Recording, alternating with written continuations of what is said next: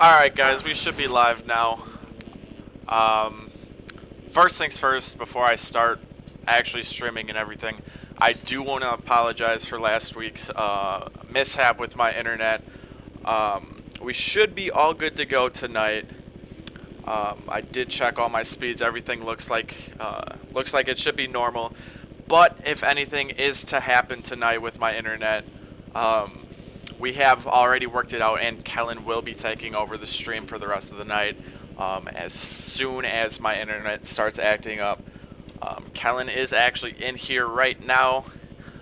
Kellen, do you want to say anything really quick about that? Yeah, I just want to just reiterate that any issues that we come across tonight, we're not going to use the stream as a second fiddle thing. I'll just drop out of racing, and we'll get this live stream for you guys because we want to provide you guys with a great experience tonight, and we feel really bad for how it all went down last week when obviously that's through no fault of any of our own. We tried to do the best we could, but just to make things a little bit smoother tonight, I think this is going to be the best option for us, and hopefully it all runs smooth for Jeremy, but if not, I'll be right there to stream it all for you guys. Yeah, absolutely. I don't want Kellen to have to drop out of racing, so I am hoping for 100% smoothness tonight, just like we had in prior weeks. But anyways, enough about last week. This week, round number 5 of the MotoOption Supercross series presented by Race Tech Suspension. We're in Glendale, Arizona this week. New stadium. Kind of an odd stadium as well. The track actually goes outside of the stadium, so that's a pretty unique part of the track for sure. A few storylines coming into tonight on the 250 West Coast side of things. You will no longer be seeing the number 1 out in the 250 class. Dade Honeywell has dropped out of the 250 West Coast Championship. He will be on the 450 tonight, so we'll be seeing the number 17 from Dade. Another thing out of the 250 class is your points leader, Jeremy Seabolt, has actually switched teams, and he'll be running under the Split Fire name. For the third team in 5 weeks. As of now. 4 weeks, actually. And then, again, I guess this has a little bit to do with Seabolt as well. Your second place in 250 West Coast Championship, Connor Holiak, has been banned for 3 months. So, Connor Holiak, second in points, no longer going to be racing the rest of Supercross. So that would default, I believe, Thomas Wilcox is in third place right now in points. So as long as he makes the main event, he should overtake second in points. So Seabolt has an even bigger points lead. He has been perfect this year, so he's got a perfect 100 points out of a possible 100 points. So his lead has grown even more. It's crazy. It's really crazy. For those of you asking what happened, I was part of the ruling on the protest. Connor Holiak was involved in an incident on the track last week where he intentionally launched himself into a corner to punt another rider. And he was already on probation from last year during outdoors. He went on a punting spree with a penalty from that banned him for the rest of outdoors, and many people on our staff thought he should actually be permanently banned at that point. We gave him his license back with a strict understanding this year for Supercross that he had to stay out of trouble. Obviously, going after someone and intentionally punting them is not staying out of trouble. So he's been hit with a 3-month penalty. Again, we told him he'd be done forever if he got in trouble again. He's upset. We feel like we're being nice about it by letting him race and giving him a chance to come back again. But that's the story with Holiak. Obviously, it's a big story. We'd hate to see it because we lost a championship fight, which obviously Seabolt looks like he's in charge, but he was his closest competitor. And so that sucks to see for sure. But that's what happened. That's the skinny and the down low. Yeah, absolutely. You never want to see stuff like that happen, um, but it is what it is. I believe I timed out of the server, guys. Nothing unusual Gate there. is down. Jeremy Smith and Alexis All right, Leclerc there we going go. across the line. I believe this is already 450 heat number 1. Looks like one of the Yeah. SYS riders hit the ground. That's Dupuis, who was running in third, hits the ground in the second turn. That allows the first two guys, Leclerc and Smith. Leclerc Smith's gonna messes make up the in the run. whoops, so Smith overtakes the lead. I didn't get a chance to go through the top qualifiers in the 450 class, so just really quick, we do have a first-time pole position in Ryan Mahan this week. He took the top spot with a 101.1. Now, the top 5 were all in the 101s, but Ryan Mahan with the quickest of those 5 times. It looks like Leclerc's right up alongside Jeremy Smith. Oh, they both cased the come up triple. short. So they're both going to... Oh, Leclerc gonna dive inside. No, he's going to play it safe. All right, so Jeremy Smith leads the pack around for lap number 1. Oh, Leclerc getting to the inside as Smith makes a mistake over the finish line. Leclerc's going to take over the lead from that. Curious to see when they come around to the whoop section again. Jack Haley whoops. is in third and Owen Hillman fourth. Sorry about that, Chris. Watch Leclerc as he comes into the whoops. Last time he actually did a seat bounce off these 2 rollers over the first jump. There Does he it goes, again, and yeah. then jumps into the whoops. So we do know that Leclerc has issues with the whoops, so he's just gonna negate that. I'm gonna jump over him, and he's just gonna jump him.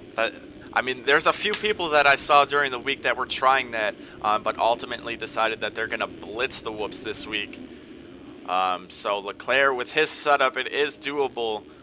He does get a lot of pop off of that setup, so... Alright, as he's making his way over the triple, let's see if he clears it this time. Yep, just like that, and he's going to triple. I'm kind of interested to see if Leclerc has the line where he can quad up onto that tabletop. Like I just mentioned, his setup has a lot of pop, so if anyone's going to be doing it, I believe it's going to be Leclerc. Smith continues in second, Owen Hillman third, and Tyson Fresca is now in fourth. So Jack Haley had some issues, losing 2 spots, but Zach Dupuis not too far behind Jack. And Kellen Brower, our other SYS rider tonight, is behind Zach Dupuis. So SYS is running in the 5 and 6 spots, still able to possibly make the main through the heat, which would be awesome to see. William St. Laurent. Oh, it looks like Tyson Fresquez is actually down. So he's going to lose a few spots, and that's going to give Jack Haley the final transfer spot right now as they make their way outside of the stadium. Zach Dupuis, Kellen Brower here, William St. Laurent, and Tyson Fresquez. He was in fourth just at the beginning of this lap.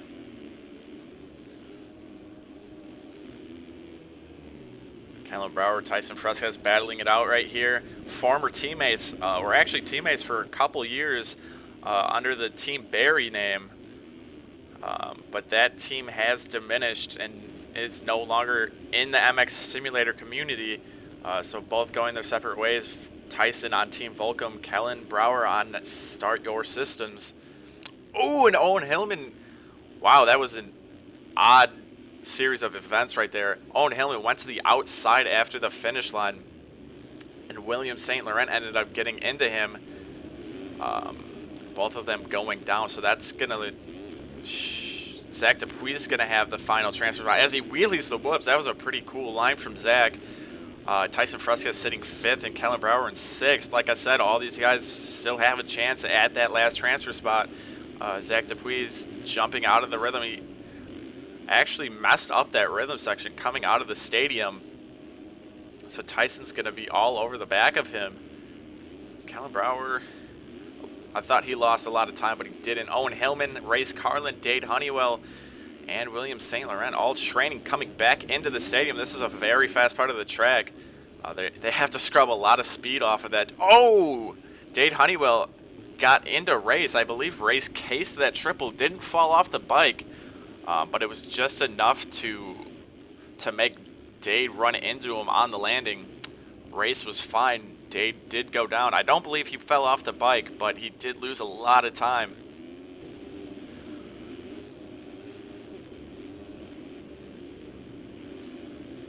right, looks like Tyson Fresquez is all over the back of Zach Dupuis for this last transfer spot. He's going to cut to the inside. Is he going to... Oh! Zach was ready for that line from Tyson. He brake checked him and stopped at the top of the berm and didn't have enough pop to get over that triple. Cased it quite a bit and did fall off the bike, so he's going to lose a couple spots. Tyson Fresquez now with the last transfer spot. Callum Brower just sitting outside now of a transfer spot here in 450 heat number 1. All right, Alexis Leclerc, final lap here with Jeremy Smith sitting in second. Leclerc has a pretty commanding lead as of right now, but Jack Haley third and Tyson Fresquez all the way back here in fourth. So the top 4 pretty spread out as long as Tyson can have a nice final lap. Looks like the top 4 should be locked in already, but you can never count anything out. Something very unordinary could happen. Tyson getting through the whoops very, very clean.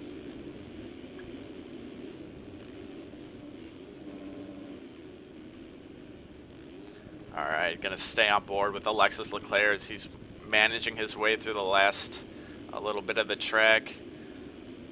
Nice little triple, and Alexis Leclerc takes your 450 heat number 1 victory here in Glendale as Jeremy Smith, one final turn, one little jump, and he's going to get second in the heat. Jack Haley finishes not too far behind him in third, and Tyson Fresquez with your final transfer spot through 450 heat number 1. Kellen Brower crossing the finish line in fifth. He's going to be the first one into the 450 semis, which are going to be coming up a little later on tonight with William St. Laurent, Zach Dupuis, Race Carlin, Tony Spinelli, Dade Honeywell, Brady Stanley, Owen Hillman. Owen Hillman was in a transfer spot early on, and he dropped way back, sitting in 12th now. Going to get passed, actually, so he's going to be in 13th. Nick Uzik is going to go to this semi, though. Tyler Morin, Fred Heather, Daniel Mills, Reed Young, Maxime Tisson, and I am on the gate and warm-up, so I do not count. All those guys going to the 450 semis. Like I said, those are going to be a little bit later on tonight, as we're just waiting for, all right, cuts are in. Nothing's going to be affected inside the top 4. Looks like Dade Honeywell actually overtook Tony Spinelli due to cuts. But other than that, we actually only had 18 riders on the gate for 450 Heat 1. I believe that this week we had the least amount of signups for the 450 class, so not a full gate here in 450 Heat number 1. Just waiting on a restart, guys, for 450 Heat 2. Remember, no warm-up laps during heats or semis, or LCQs for that matter. Wheels has a very strict schedule that he likes to run, so we have gotten rid of those warm-up laps this year.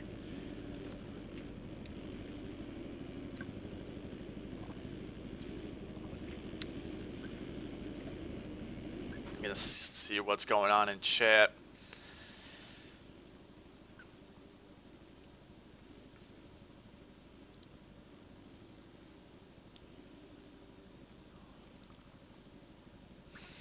All right, doesn't look like anything is going on as far as race delays or anything like that. Still just waiting on this restart, guys. Does Leclerc ride first person? I honestly have no idea. I believe he rides third, but I could be wrong about that. Don't take my word on that. But we do get our restart, guys, so we're going to get 450 Heat 2 underway as soon as I load in. I'll probably be one of the last to load in just because my computer can't handle all you guys' skins.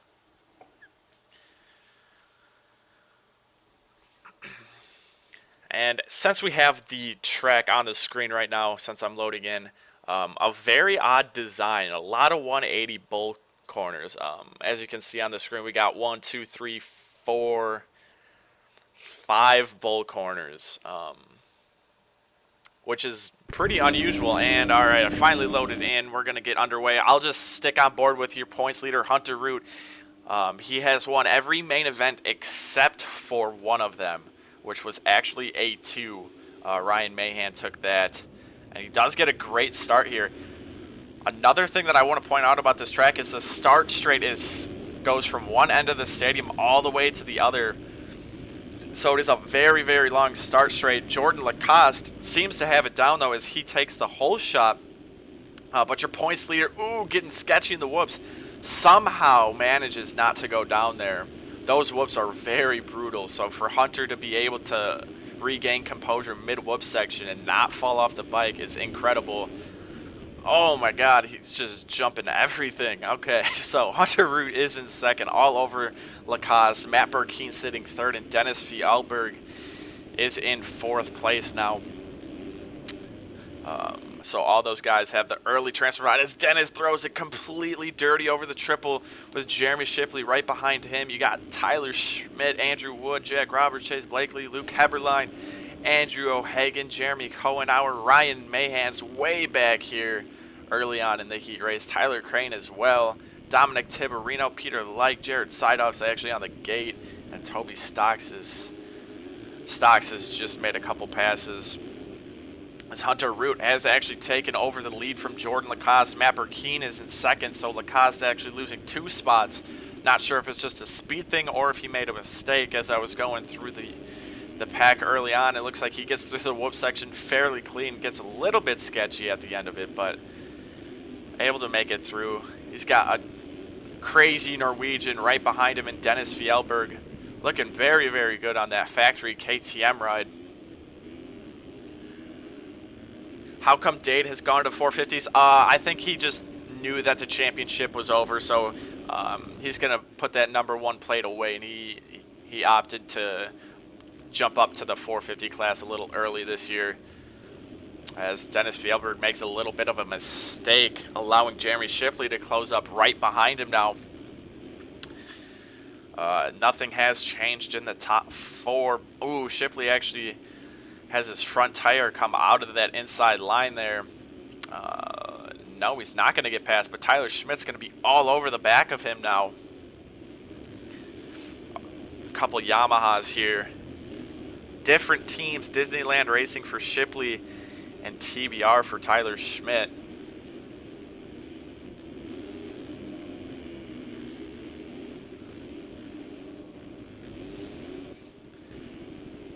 Ooh, Hunter Root actually goes down in that corner coming out of the stadium, and Matt Burkeen makes a pass for the lead and instantly front flips over that tunnel jump.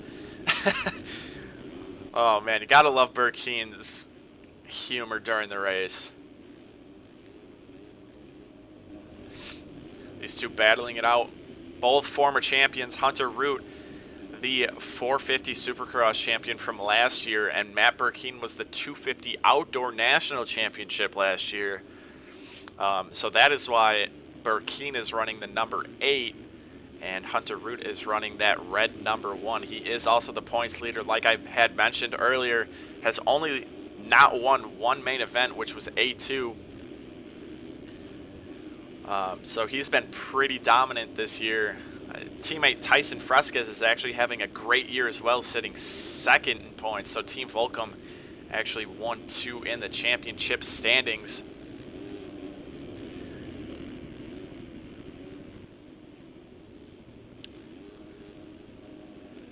All right, Dennis Fjellberg actually in third now, and Shipley is in fourth. Lacoste losing 2 more positions, sitting in fifth now. Shipley with that last transfer spot.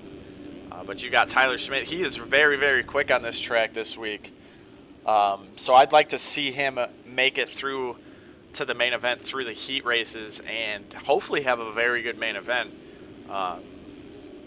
He's been ripping it all week on this track, so I'd really enjoy seeing him up front for the 450 main event later on tonight. But first, he's got to get through either the heat, the semi, or last chance qualifier. Hopefully he makes it through the heat, though. All right, looks like Shipley has caught up to the back of Fjellberg. Fjellberg actually goes down in this very, very difficult whoop section, so that's going to give Shipley third. Lacoste is back into a transfer spot in fourth, and Tyler Schmidt now sitting in fifth, right behind Lacoste. Let's see how he can maneuver his way around him, if possible. He's going to triple, single out, jumping out of the stadium. He's going to go to the inside, nothing doing, though. Going to go to the inside again. Oh, just trying to stay away from Lacoste. It looks like Lacoste actually bounced off that berm on the outside. And they both get together. And then Schmidt actually gets landed on by Fjellberg, making him front flip. I thought for a second that he was actually going to ride out of that. But that was not the case, and he's actually going to lose quite a few positions. So, Burkeen's still leading this thing on the last lap 6 of 6, with Hunter Root, your points leader, right behind him, literally less than half a second behind him. I just want to see how these two maneuver through the whoops. It looks like Hunter gets the front wheel up, and he absolutely destroyed that whoop section. If you want to know how to go through whoops, just watch Hunter Root right there. He got his front tire up, and that was that. He's going to actually quad out of that section coming out of the stadium. Almost landed on Burkeen.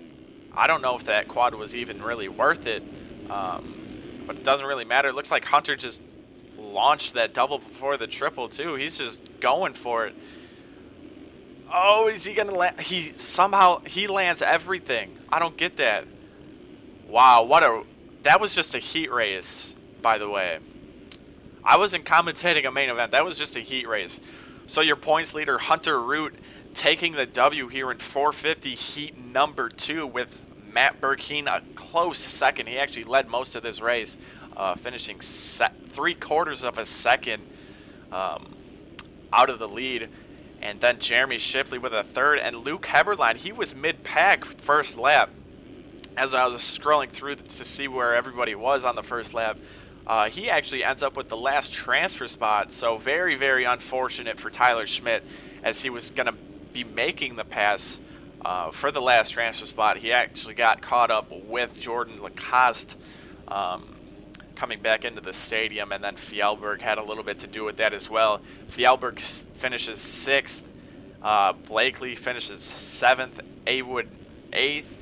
Jordan Lacoste actually falls all the way back to 9th after being in a transfer spot the majority of this race. Ryan Mahan, title favorite, is finishing 10th, so he'll be going to the semi. Jack Roberts 11th, Toby Stocks, Peter Like, Tyler Crane, Dominic Tiberino, Jeremy Cohenauer, Andrew O'Hagan, and Jared Seidhoff didn't start the race. Those guys all going to the semi. Again, not a full gate. We had 18 riders.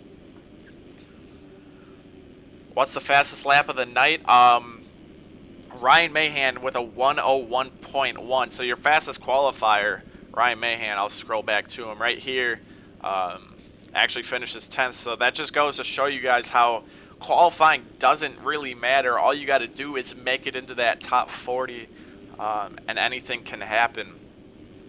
Now, as we're waiting for a kick on Jared Seidhoff, I just want to give a little bit of a shout out to a potential new sponsor here with the MotoOption Supercross series presented by Racetech Suspension.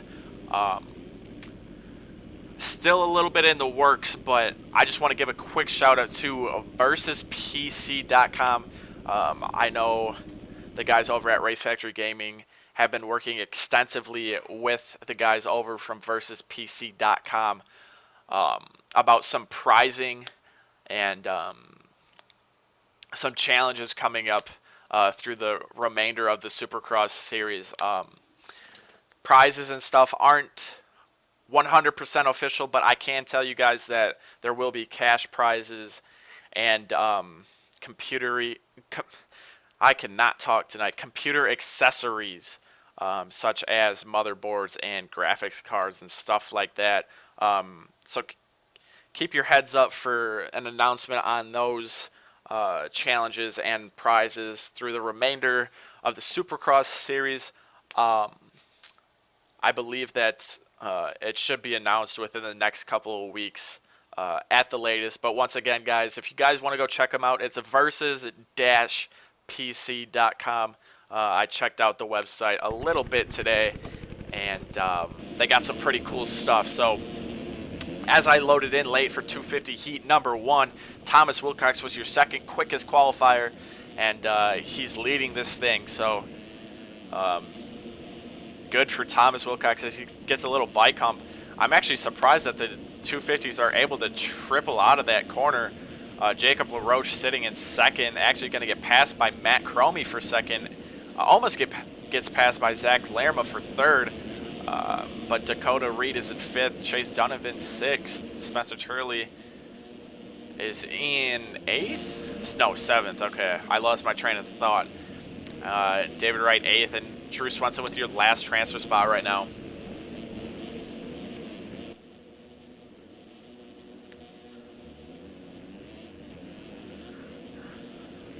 Zoa Cross, he actually got screwed out of a LCQ transfer spot for the main event last week, so kind of want to see if he can just come out swinging and get into the main event through the heat. It looks like Gustavo Diniz is back here, Jerry Robin, Blake Scheiman, Benny Landry, Jeremy Patterson's just kind of scrolling around. Fernando Andrade is here as well. Ryan Wilson, and then myself on the gate on a 450, so I don't even count. Going back up front, though, it looks like Thomas Wilcox has a commanding lead over 250 rival Matt Cromie. These two have been in the 250 class for what seems to be forever. The new points system and licensing and whatnot kind of benefiting those who don't race the entire year. Now, Matt Cromie, more of a Supercross specialist.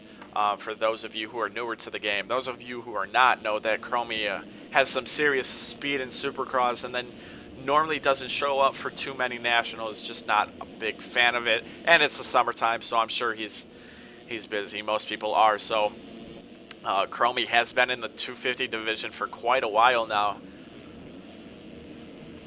So he is one of the veterans of the class, along with Thomas Wilcox.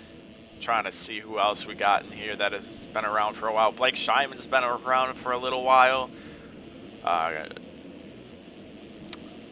Fernando Andrade has been around a while. He's you can never really know when he's going to show up. Jeremy Patterson has been around quite a while as well.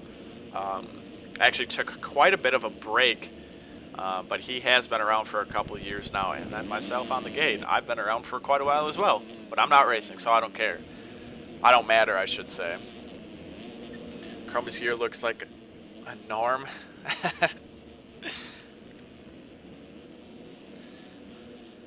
Alright, so these two, just pretty much making a case that these two are going to be the two to beat in the heat race, and maybe later on in the main event here.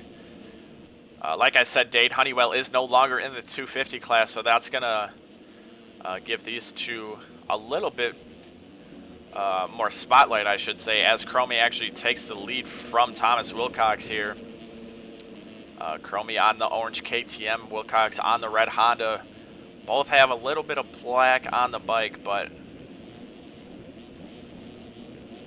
Cromie gets through the whip section clean. Wilcox not so much. He gets through it, but he did get a little sketchy as, they've got to give that triple everything that they've got. Along with this one, that's a difficult one as well because the landing is a little bit bigger than the takeoff, so Wilcox getting dirty over that little over-under. Jumps just barely off track, able to get back on, no problem though, as Cromie and Wilcox are training up here in this number 1 and number 2 spots here. Looks like they're going to be on lap number 5 of 6, so we got 2 to go now. These guys have checked out from Jacob LaRoche. Spencer Turley has made his way up into 4th. He was towards the end of the transfer spots early on in the race. Jerry Robbins up here as well. Hunter Deesher, Chase Donovan, David Wright, Benny Landry. Who's got the last? Okay, I was going to say I think Benny Landry has the last transfer spot, and I was right. He's actually going to get around. Nope, just kidding. Oh, yeah, he does get around David Wright. Zoa Cross sitting 10th, now 11th as he gets passed by Gustavo Diniz.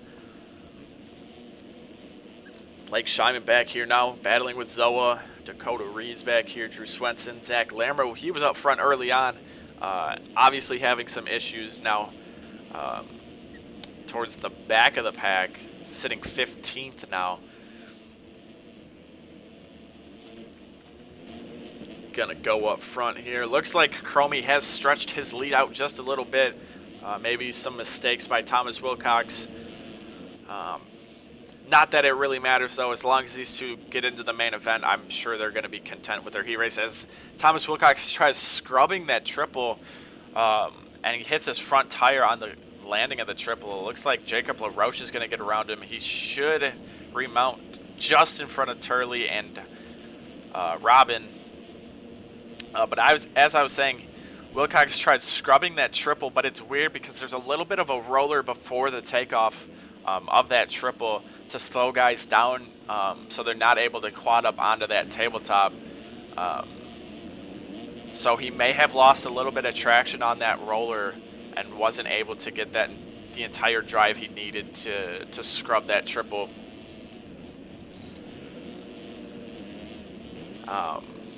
But yeah, so Jacob LaRoche now sitting in second, Thomas Wilcox sitting third. Like I was saying, though, Wilcox probably doesn't care too much as long as he makes it into the main event.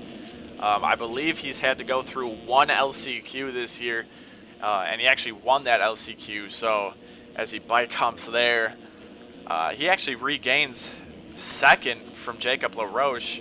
LaRoche was down, and Wilcox is going to just straight air the triple because why not? Chromie was actually down, so Wilcox ended up very, very close to winning this heat race, but Matt Chromie will be your 250 heat #1 winner. Thomas Wilcox with a solid second place. Spencer Turley rounding out the podium in the heat race. Jerry Robbins straight to the main event in 4th. Jacob LaRoche falls to 5th, but he's still into the main event. Hunter Dieter with 6th. Chase Donovan 7th. Benny Landry 8th. It looks like David Wright will get your last transfer spot for 250 heat #1. Gustavo Diniz, Zoa Cross, Blake Scheiman, Zach Lerma, Fernando Andrade, and Jeremy Patterson. And I believe there's one more. And Drew Swenson, Dakota Reed, and Tyler Groening. Oh, and Ryan Wilson. All right, so 19 riders. Those guys are all going to the 250 LCQ. I know I say this every week, but just so you guys remember, the 450s and 250s have a different format. The 250s not having semis, so it's the top 9 from each heat go straight to the main event, and then everybody else is shuffled into a last chance qualifier. And then those guys battle it out for 4 spots, or the 4 final spots for the 250 LCQ. The 450s, on the other hand, they get top 4 from each heat, top 5 from each semi, and then everybody else that hasn't made the main event yet gets shuffled into their last chance qualifier, and they battle it out for the final 4 transfer spots. So there's a little bit more 450 action, but that is the premier class. So just waiting on another restart. Going to see if anything was affected by cuts. Does not look like it. Nope. We did have a few rage quitters, but it is what it is.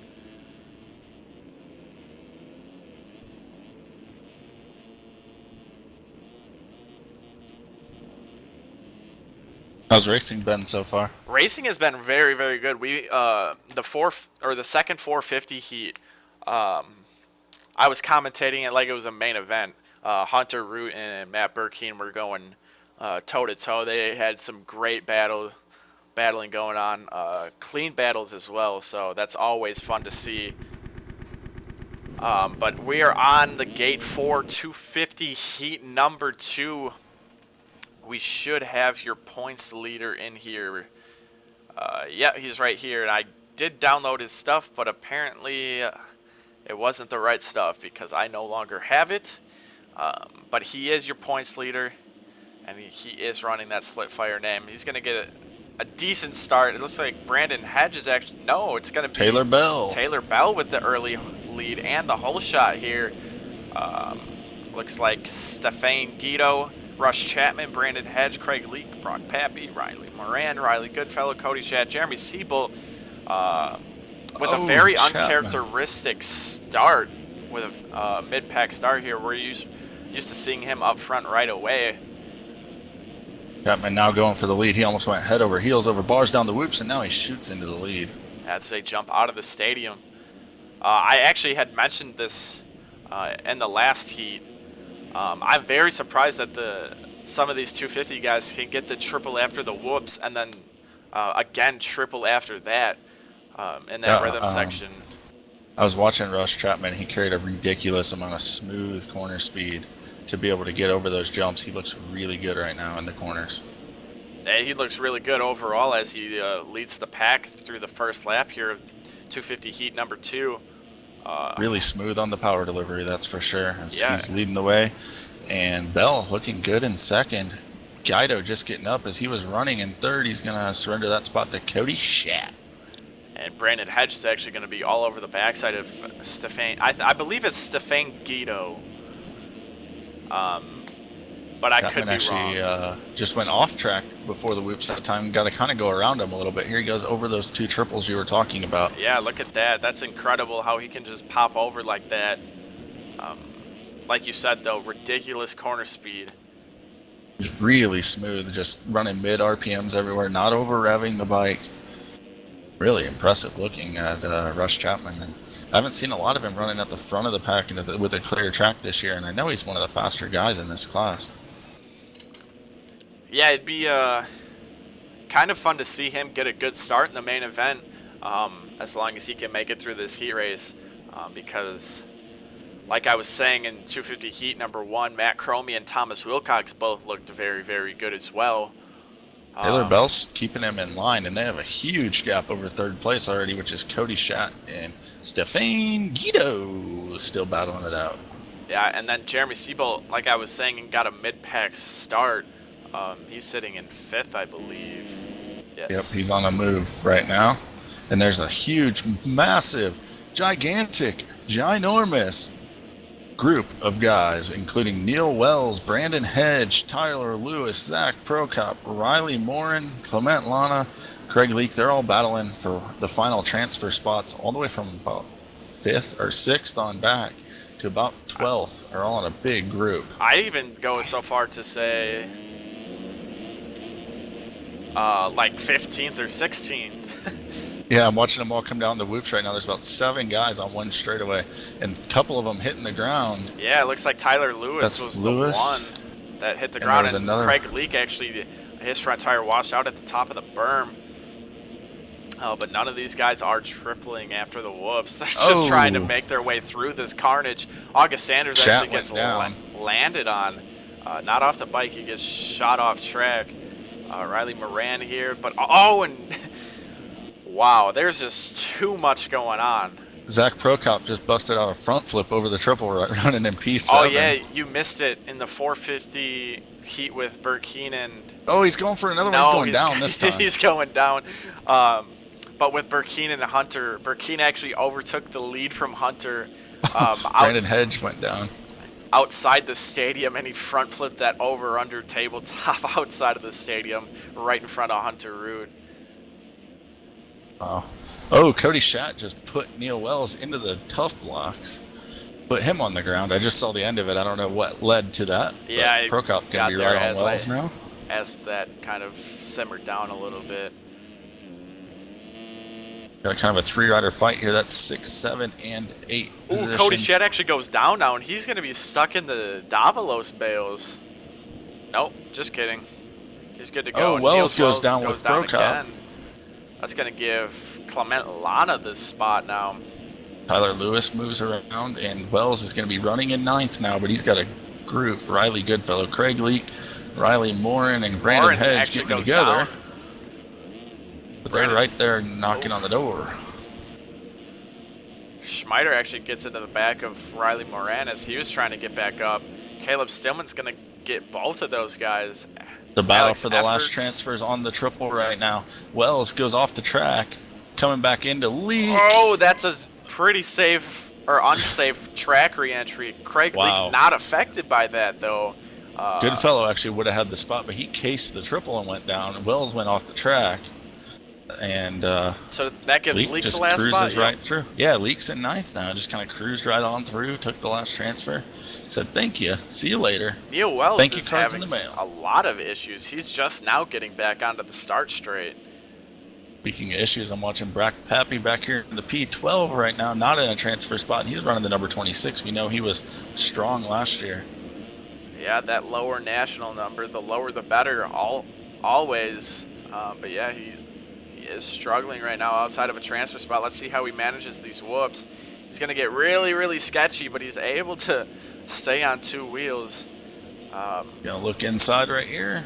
Nice pass by him. Not able to triple out, though. Lose a lot of time if you can't make that. Yeah, absolutely. These guys are actually on the white flag lap. Let me see where Rush Chapman is.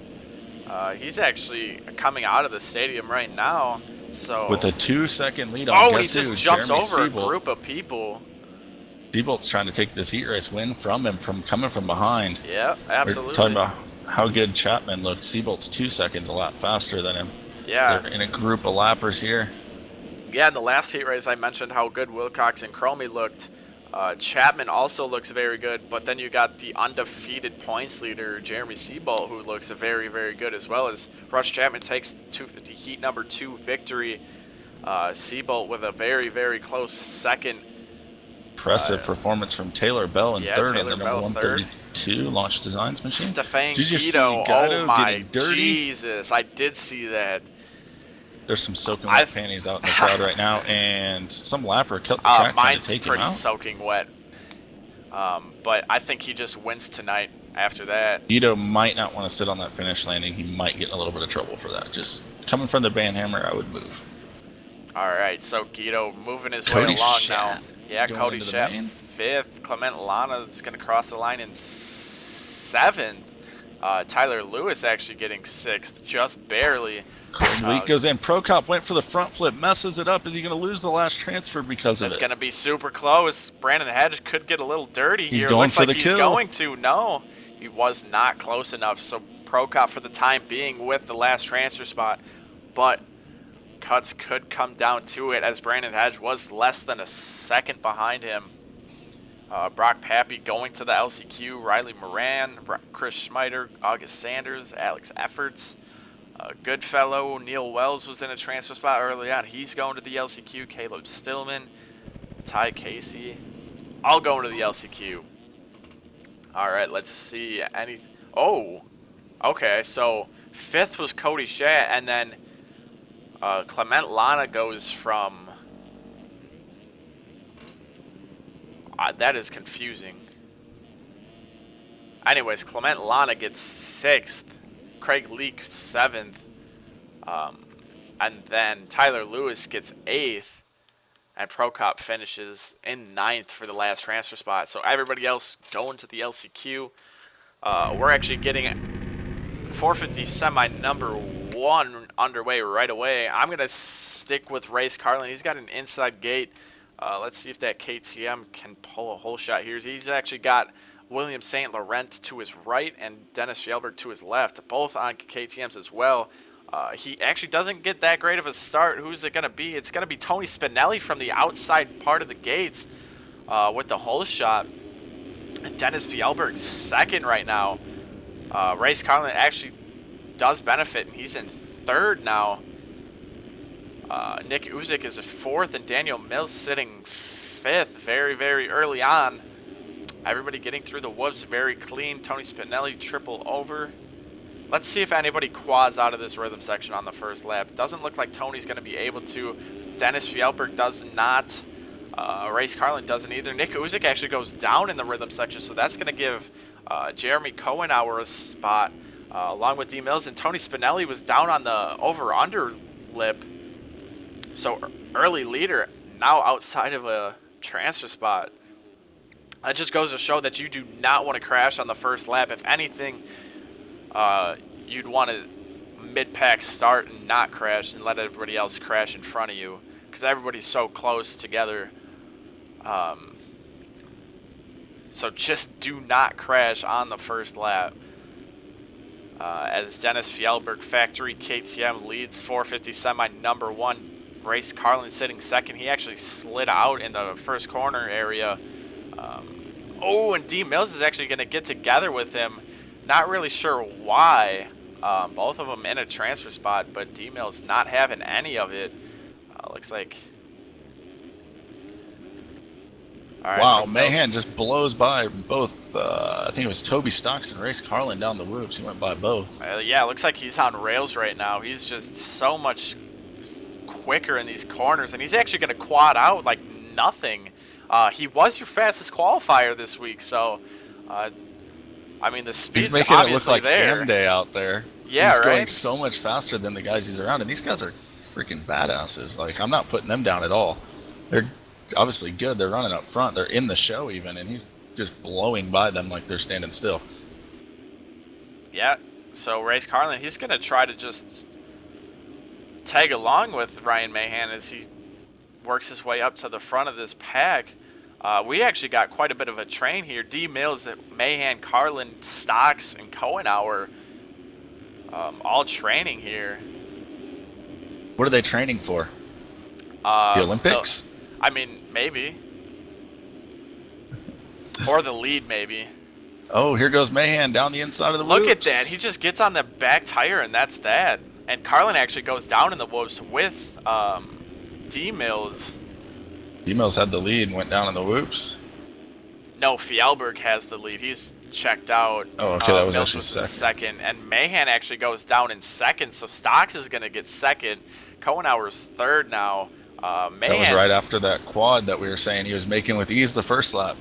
Yeah, so Mahan's outside of a transfer spot now, but he obviously has the speed to make a couple passes and get himself into the main event. It looks like, oh boy. Okay, so Tasson was down on the triple. Lacoste is down. D Mills is down.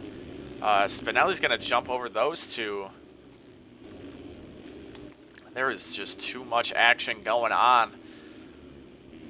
Fjellberg all by himself, literally. Nobody within a couple sections of him, either in front of him nor behind him. Stocks is the closest one, and he's just now entering the whoop section as Dennis is leaving the stadium.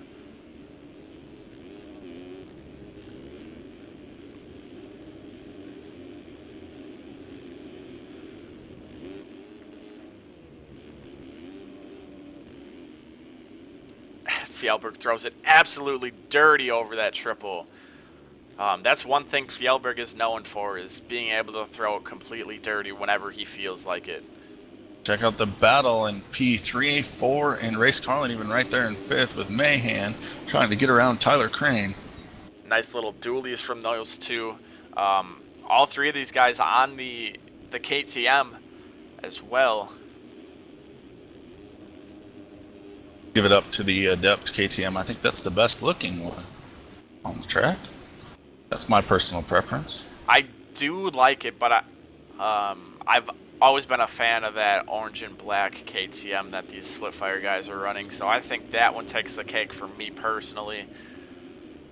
But yeah, the Adept one does look very, very solid. Oh, Crane jumping that Leclerc line. Yeah, he's jumping through the whoops. It looks like Mahan actually did as well. Carlin, I believe, blitzed them, though. Let's see if Mahan goes for this quad. Looks like he is. Nope. He's just going to triple. Crane going to the inside here on the outside of the stadium. Meanwhile, Fjellberg takes the win. He heads to the main event. I think jumping the whoops might be a little bit faster if you get it right. But, man, there's such a penalty as Mahan's down. Oh, yeah, Mahan's down. Is he going to... Cohenauer, I think he's going to be safe to not get passed by Cohenauer, but Cohenauer's going to be close coming into that last turn. Yeah, Mahan cannot... By the time he doubles this triple, it's going to be a battle. It looks like he's going to get through safely, so Cohenauer going to lead the pack to the LCQ. All right. Let me just get a quick rundown here. So Dennis Fjellberg winning 450 semi number 1. Toby Stocks takes second. Tyler Crane third. Race Carlin fourth. And Ryan Mahan with the last transfer spot through this semi. So I don't have Toby Stocks' skin. So for the time being, 4 out of the 5 transfer spots are on KTMs. That's pretty crazy. But yeah, as you were saying, Cohen Howard going to the LCQ along with Jordan Lacaze, Daniel Mills, William St. Laurent, Maxime Tassone, Tony Spinelli, Nick Uzik, Tyler Morin, and I'm on the gate. All those guys going to the LCQ.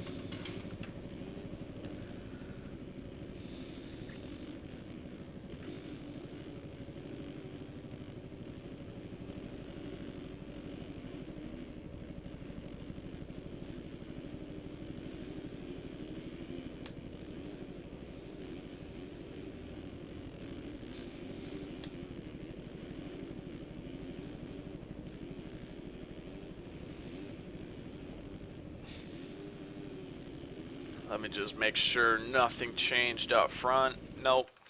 All right, we're getting a restart here. We're going to be 450 semi number 2.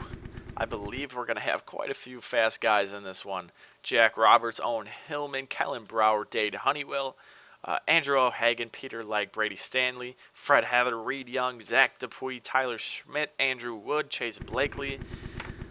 All in 450 semi number 2 here.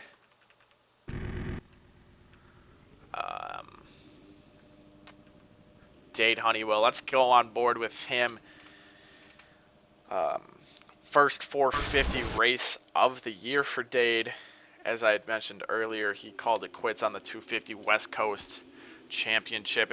The number 7 Chase Blakely. As Whoa, Stanley comes in hot from the outside, goes off the track. Honeywell and Dupuy actually got together on the start straight, and they started tumbling down the start straight. So terrible starts for the 2 of those guys. Chase Blakely leads A Wood.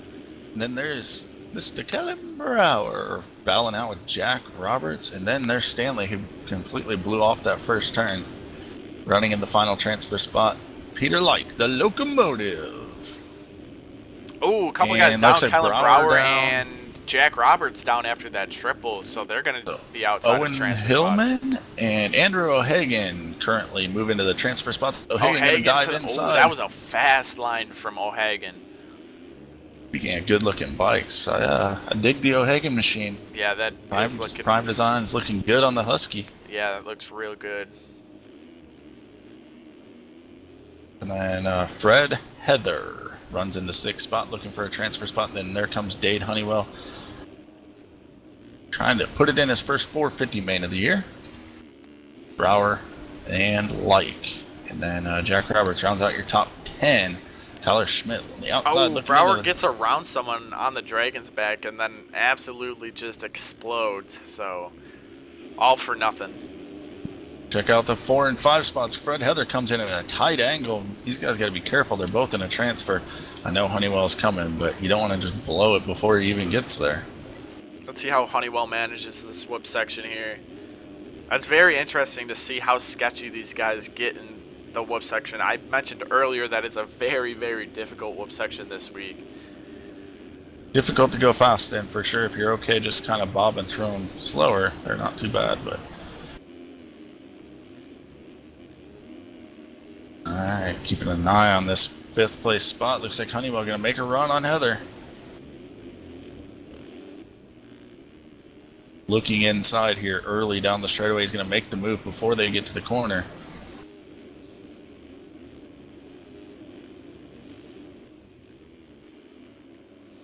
Blakely is still leading this thing. Although Stanley is right there now.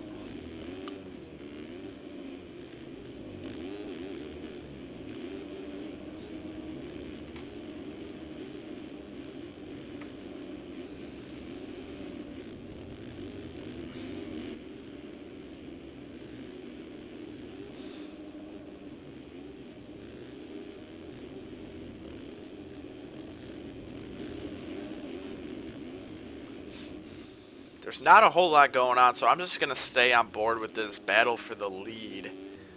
Stanley to the inside, nothing doing though.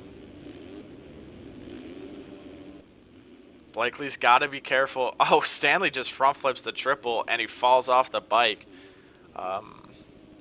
He's actually going to get passed by Owen Hillman, I believe. Oh no, Hillman's just going to run into the back of him. So Hillman goes down. He's going to lose a transfer spot for sure. So Blakely's in first, A Wood's second, Fred Heller now in third, Peter Like fourth, and Brady Stanley regains, or drops to fifth, and there drops comes to Honeywell fifth. trying to slingshot Yeah. him around the outside. I was trying to say remount, but I couldn't think of the word. Oh, Stanley and Light get together, and Stanley goes down. And Their so lines does drifted Peter. together. Peter goes down as well, not off the bike, but he's going to lose a couple spots. I can feel the rage about the Aussie lag bubble right now from Peter. Yeah, right. So Dade's going to be in fourth, and Andrew O'Hagan's going to be in fifth as of now. Peter Like outside of a transfer spot. Owen Hillman right there as well. Stanley, Kellen Brower, Tyler Schmidt, he goes down in the whoop section. Zach DePuy still back here. I have a feeling this thing's far from over as Like's trying to make a run on Andrew O'Hagan right now. But that last transfer, these guys still grouped up pretty tight. They're going to be at the white flag. When they come around, it looks like your leader's already around counting the white flag.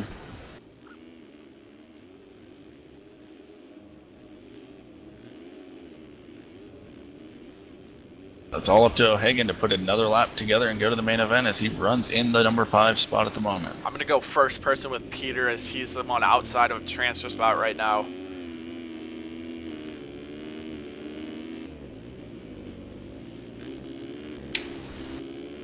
To this first rhythm, everyone pretty much electing to go 2-3 instead of swinging out and going 3-2. Yeah, earlier on in the week, a lot of guys were going 3-2, but looks like the general consensus of all these faster Here comes guys, Like. He's going to be to the inside. Oh, and O'Hagan's going to cut to the inside, though. So Fred Heather actually gets double passed, and Peter... Heather going to run him high. Oh, Peter cuts back under, clips Heather, saves it somehow facing that triple. Wow. He's got a little bit of a lead on Hillman. If he can keep it together down these last straightaway, he'll be able to find himself, I believe, in only his second main event of the year for the number 49 split As fire rider. Chase Blakely takes 450 semi number 2 win. Hillman trying to scrub everything down this last Andrew straightaway to O'Hagan close with a the nice gap. underflip for second. Dade Honeywell third. O'Hagan fourth, and Peter Like crossing the line and fifth. Hillman to the LCQ, Heather to the LCQ, Dupuy, Schmidt, Stanley, Brower, Roberts, Reed Young, all going to the LCQ now. So Dade Honeywell, first race on a 450 this year, and he's going to the main event.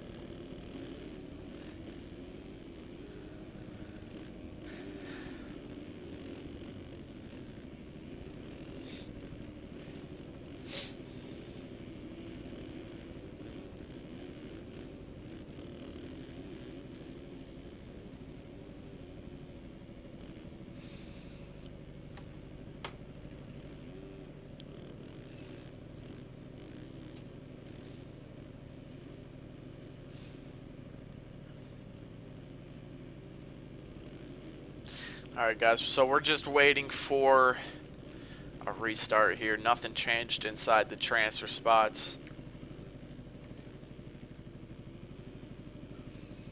It's pretty crazy how for qualifying 101s, 102s, and 103s were very quick. And there was only one guy under a 106 in this last semi. I understand that race pace is going to be a little bit slower, but that's just still crazy to me how they can run that much slower. But we are on the gate for the 250 LCQ. No warm-up lap as normal.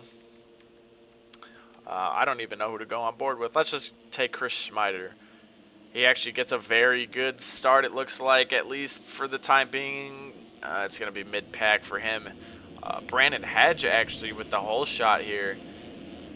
And then you got Riley Goodfellow, Jeremy Patterson, and a host of others trying to make their way that through. crash takes Patterson down. Neil Wells That's is a just big cruising crash. the insides all the way through, and he's going to come out in the top 5. I was watching him. I could see his bright gear through the first turn. He just played it really smart, and he's coming out with a great shot at making this main event as he moves into 4th. All right, so Goodfellow now in the lead, and he's going to go. Oh, he doesn't go down. He's going to lose the spot, but hey, if I were him, I'd rather lose the spot than go down right there. Yeah, first lap, you have these short races. You just have to. So Brandon Hedge now with the lead, but it's going to be Goodfellow that's all over him. Oh, and Hedge actually goes down over the triple, so Goodfellow back in the lead. Zoa Cross now sitting second. Neil Wells third. Gustavo Diniz is fourth with the last transfer spot. Gustavo to the inside. Neil Wells outside. It looks like Diniz is going to have the spot now. Brock Pappy just outside of a transfer spot.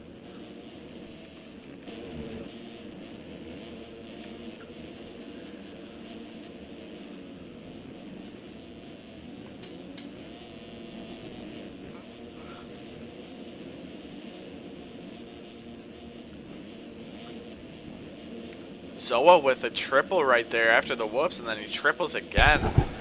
Goodfellow actually didn't do the triple after the whoops.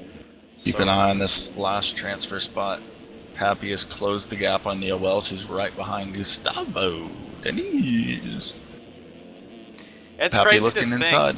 that Neil Wells, it looks like he's riding really, really well, but he's in the LCQ in the last transfer spot right now. He looks like he's just putting consistent laps together as much as possible, trying to stay out of trouble. Maybe not quite as fast as some of the other guys as he leaves the door open for Pappy. Ooh, Pappy just barely squeaks by the inside of him. Wells going to take it back. They're drag racing. Wells shuts the door on him. One's heating up. There's 2 laps to go. Yeah, we're already halfway over with this race.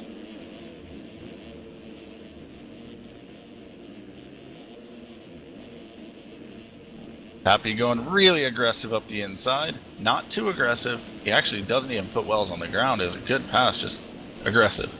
He saw an opening and he went for it, and then he shuts the door nicely there. Takes that last transfer spot. I was curious to see how Pappy would play that. He's already been penalized once this year.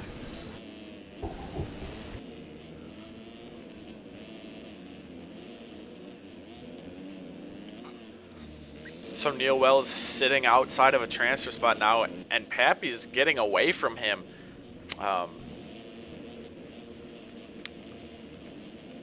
So Goodfellow onto the white flag lap now, lap 4 of 4. He just needs to have one more solid lap along with Zoa Cross and Gustavo Diniz, and all 3 of them will be in the main event through the LCQ. Brock Pappy now, he especially needs to have a very clean lap. Otherwise, Neil Wells will be there to take that spot. So keeping an eye on this little battle here. Not so much that it's a battle, but it's close enough. Pappy gets through the whoops cleanly along with Neil Wells. Pappy elects to double single, and so does Neil Wells. Oh, Diniz is actually down right now. What is going on? Okay, so Goodfellow's still leading. Zoa Cross is in second. Diniz is third. Pappy is fourth. But they're all so close. Yeah, they just can't afford a mistake right here. As they go down this last straightaway, just stay out of trouble and get to the main event, because Wells is just lurking right now, hoping one of these guys messes up. He can capitalize on it. Alright, Looks like so they're going to get through. Goodfellow with the win here in the 250 LCQ. Cross second. Diniz third. And Pappy fourth. So it did get really, really close towards the end of this race. But nothing changes as of now. Neil Wells with a fifth. First one to not make the main event. So that's going to sting a little bit for Neil Wells. But you never know. Cuts could play a factor here. All night long, there's been at least a couple guys who have had cuts, or a considerable amount of cuts. So we're going to wait for those cuts to come in.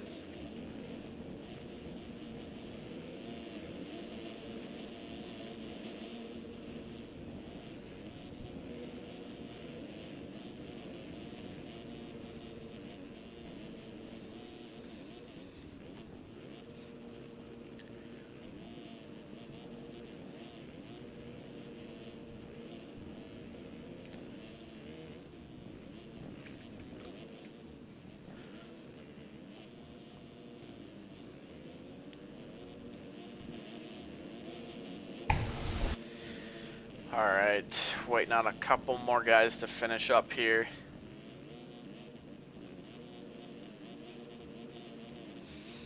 All right, so oh whoa. Okay, so Goodfellow with first still. Gustavo Diniz jumps all the way up to second. Then Brock Pappy third. And then Zoa Cross drops all the way to the last transfer spot. So Neil Wells still misses it by over 3 seconds. Nothing changed inside. No more. Nobody dropped same out guys of the go to top the main. 4. Yeah, but there was a little bit of a mix-up. All right, what do you think? Do you think Kellen makes this main event? He's sitting on the line for the LCQ along with his teammate Zach Dupuis and a I whole hope lot so. of other fast guys. We're actually going to go with Zach Dupuis. He went down on the start straight in the semi, so let's see if he can just get down the start straight cleanly this time around. Looks like he's going to Kellen Brower on the outside right there. He's going to get around cleanly Gets around as well. the carnage. So Tony Spinelli with the early lead here in the 450 LCQ. Zach Dupuis He's got that second. lawnmower souped up here on the start. Tony Spinelli is mowing down the field out front. Zach Dupuis. He's like a rocket ship missile man running in the number 2 spot. I think he engineers those things on a daily basis. I don't know what Jeremy Kohenauer does, but he rides for Team Red Bull KTM, and he's obviously gotten some wings out of that Red Bull as he runs in the number 3 spot. And the mad cape of William St. Laurent, he's like a superhero with a cape in the number 4 spot. These are your 4 that are going to transfer if they can stay in the spot. Tyler Morin coming in, Owen Hillman, Reed Young, and there's Kellen Webb-Brower. Not looking good right now. He's got some work to do on the number 83.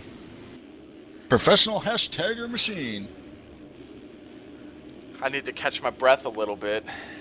You weren't even talking. Did I just take it away? I was laughing too hard. I just had to bring a little bit of energy back to the broadcast as the lawnmower man leading the way right now. We haven't seen much of him this year, it doesn't seem, and now he's out front, looking good. Zach Dupuis staying close. Kohenauer, he's been in the mix each race I've watched him in tonight and trying to finally get it in the main event. Oh, Tyler Morin off track. Gets back on safely. And still goes for the triple. Cases it quite a bit, but he's still got, and he's just going for it. What's up, Alex Efforts? Alright, so St. Lawrence still has this last transfer spot. Lurking's Morin making some mistakes, but he's not letting go. Looks like he's really pushing the pace, trying to get up to the number 4 spot. Another lap in the books, 2 to go for Tony Spinelli. I'm sure he's a little nervous out front. Zach Dupuis, no stranger to the nerves, being a former national champion. Kohenauer, kind of all by himself a little bit in third for being in an LCQ, only 4 laps.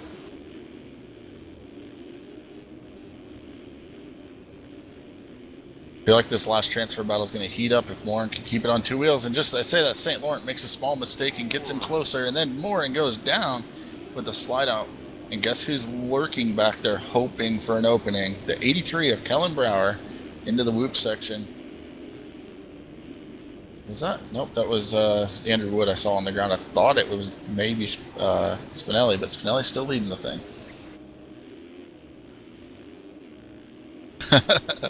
I'm glad you guys enjoyed a little bit of energy in the chat. Oh, there's a lap rider on the backside of that triple jump. Ooh, Laurent cased that triple.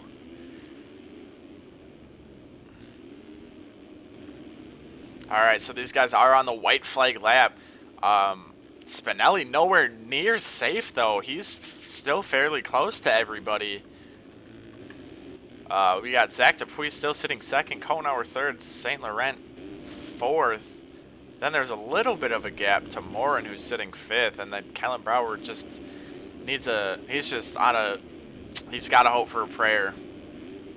He's got to hope for something to happen to these guys.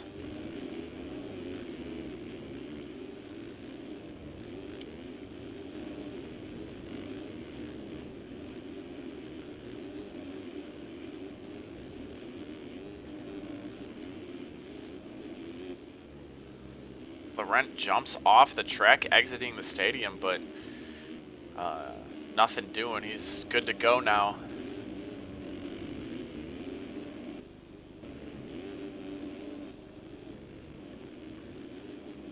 As Tony Spinelli takes the 450 LCQ victory, he's on to the main event along with Zach Dupuis and Jeremy Cohenauer. William St. Laurent with the last transfer spot. Morin, Broward, Stanley, Schmidt, Lacoste, Tissone, Uzik, Roberts, Heather, Young, Mills, Hillman, all missing the main event this week. Very, very unfortunate for all of those. I really wanted to see Tyler Schmidt in the main event. I had mentioned earlier that he looked very, very good on the track, so that's just very, very unfortunate for him. Obviously, we always want to see Kellen Brower in the main event. He actually misses the main event for the first time this year, so maybe he'll be coming in to join us to commentate these main events. Waiting for everybody to finish up.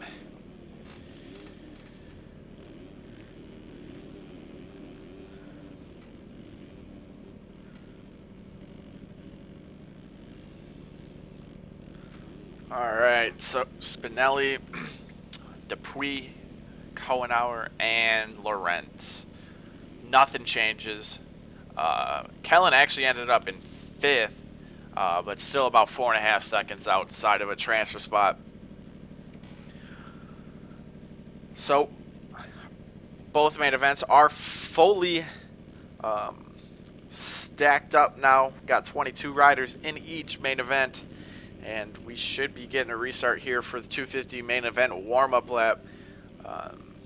It's the only time that there's going to be a warm-up lap throughout the show. And it looks like we're getting a restart here. Alright, one lap is set. So I'm just going to go through the lineup here really quick. So we got Thomas Wilcox, Spencer Turley, Jerry Robin, Taylor Bell, Tyler Lewis, David Wright, Riley Goodfellow, Gustavo Diniz, Benny Landry, Craig Leake, Jacob LaRoche, Jeremy Seabolt, Brock Pappy, Rush Chapman, Matt Cromie, Clement Lana, Zach Prokop, Chase Donovan, Hunter Deesher, Stefan Guido, and Zoa Cross, and Cody Schatt, all lined up for the 250 main event here in Glendale, Arizona. Looks like, okay, there we go. I thought I timed out. But is this the week that Jeremy Seabolt finally doesn't win, or does his win streak go to 5? What are you guys thinking, Chad? Let me know what you think. Does Seabolt win tonight, or do we have a first-time winner this year, or this week, I should say?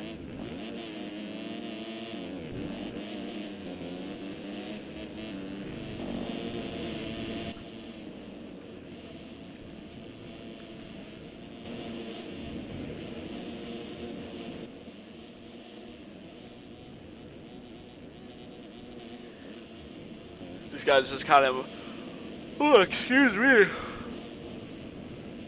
These guys just kind of messing around on the warm-up lap. Just having a little bit of fun before all seriousness kicks in.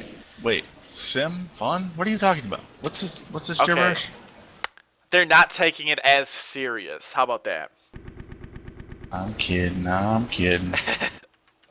I'm actually going to go on board with the points leader and undefeated this year, Jeremy Seabolt, to see what kind of happens here.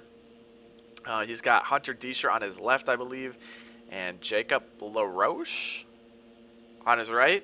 I believe that's him. Oh, a bunch of guys jumped at the gate. Seabolt actually has a pretty good jump. He's going to close Wilcox off, and Wilcox is going to check up. Yep, just a little bit so he doesn't go down. Oh, Tyler Lewis had a great start. Goes cartwheeling off the track, and the 69 Machina Jerry Robin leads the way. Is that a 1980 CR250 leading the way? No, because 2 strokes are not allowed. Craig Leake was in second, but he quickly gets shuffled back by the number 30. Hey, it's Canadia's Matt Cromie. Oh, there's going to be a pileup in the whoops. Oh, no. Cromie almost goes down, gets stuck in the bales, loses the spot to Craig. You got a leak. The number 53 machine, Brock Pappy, coming out of the LCQ. Number 26 has moved into the number 3. Cromie drops to the 4.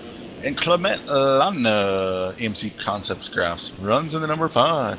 Next on stage, number 73, Rush Chapman. He's running into the number 6 spot, trying to move his way up to a podium position. And Spencer Turley goes off the jumps track. off the triple. Doesn't go down though. He's still up. Oh man, a very sketchy. Seems like the track field's re-entry. spreading out quickly this week, which not sure. If you have a bad start, it's going to be tough to come through the pack. And Wilcox is disconnected. He's typing in chat. I don't know if he's lagged out. He's. Oh, Donovan hit him and crashed his game, it appears. Oh, that's really unfortunate Wow. for the number 11 of Thomas Wilcox.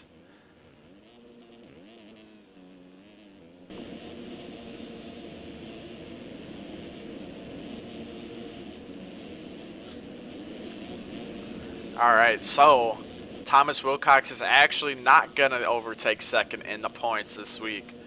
But Matt Cromie was in 4th in points, and he has the opportunity to take 2 spots now.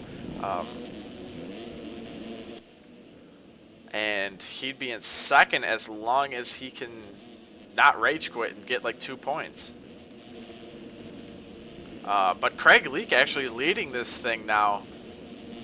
With Clement Lana 2nd, Rush Chapman 3rd, Seabolt 4th, Pappy 5th, Robin 6th. So mistakes from Robin. He was leading just a couple laps ago. I'm trying to see where everybody is at. Matt Cromie has dropped way back here, way outside of the top 10, sitting 17th. He was just in 2nd on the first lap. Yeah, I think Cromie had to stop and put some fresh gas in his snow machine to get back going. Ah, okay. Hey, Canada! I'm impressed with Craig Leake right now, getting it done out front. Hopefully I can give him a little commentator's curse that he got a little kicked on that triple as I was talking about him. Looks like he might be lagging a little bit. He's kind of floating above the racetrack. Or maybe he's just high on life right now because he's got a 7-second lead in the 250 main event. Here the first time at University of Phoenix Stadium here in Glendale, Arizona. All right, I'm supposed to comment on the fact that Seabolt is a huge team hopper. I think we all know that he likes to hop teams, so I'm not even going to get on the He's subject. almost been on more teams than races he's won this year. He went almost. That's how many he's won. So I can't even talk crap on it because he's dominating so far. Running in 4th right now, trying to get around Zach Prokop. We'll see how many front flips Prokop's going to pull out here in the main event. I kind of had a little talk with him after the heat race and just told him to kind of tone it down a little bit. I don't want crashes being caused by him having a little too much fun out there. Fun, But yeah, Sam I'm not would. a fun hater. Seabolt looking inside. Prokop got down those whoops really nicely. And Chapman is right there. Still feel like Chapman's the man through the corners tonight.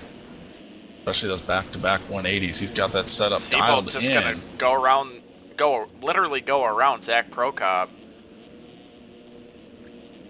And is still making moves, so Seabolt has a very, very good chance to stay undefeated this week.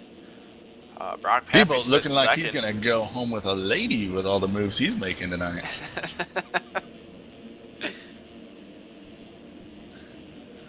Over the finish line. This is a great 3-rider group, though. Seabolt, Chapman, and Prokop are all going to funnel down to this inside. Oop. Seabolt makes a actually mistake. Yeah, so that's Kind of acted like a brake check. And here comes Benny Landry up into the group. Benny Landry out of nowhere.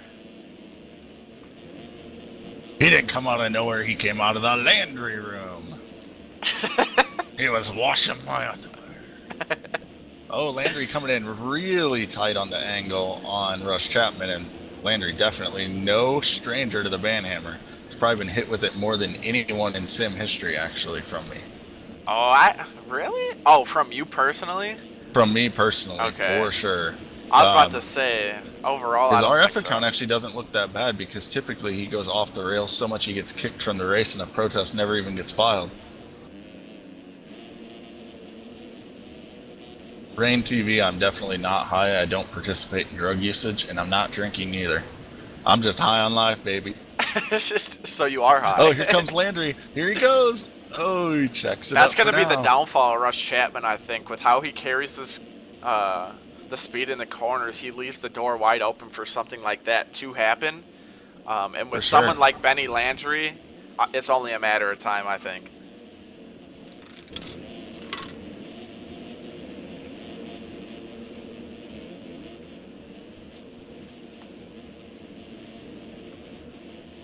Meanwhile, Craig Leake's still leading this thing, managing his way through a few lappers, and just jumps off the track, exiting the stadium. Oh, and he gets together with a lapper.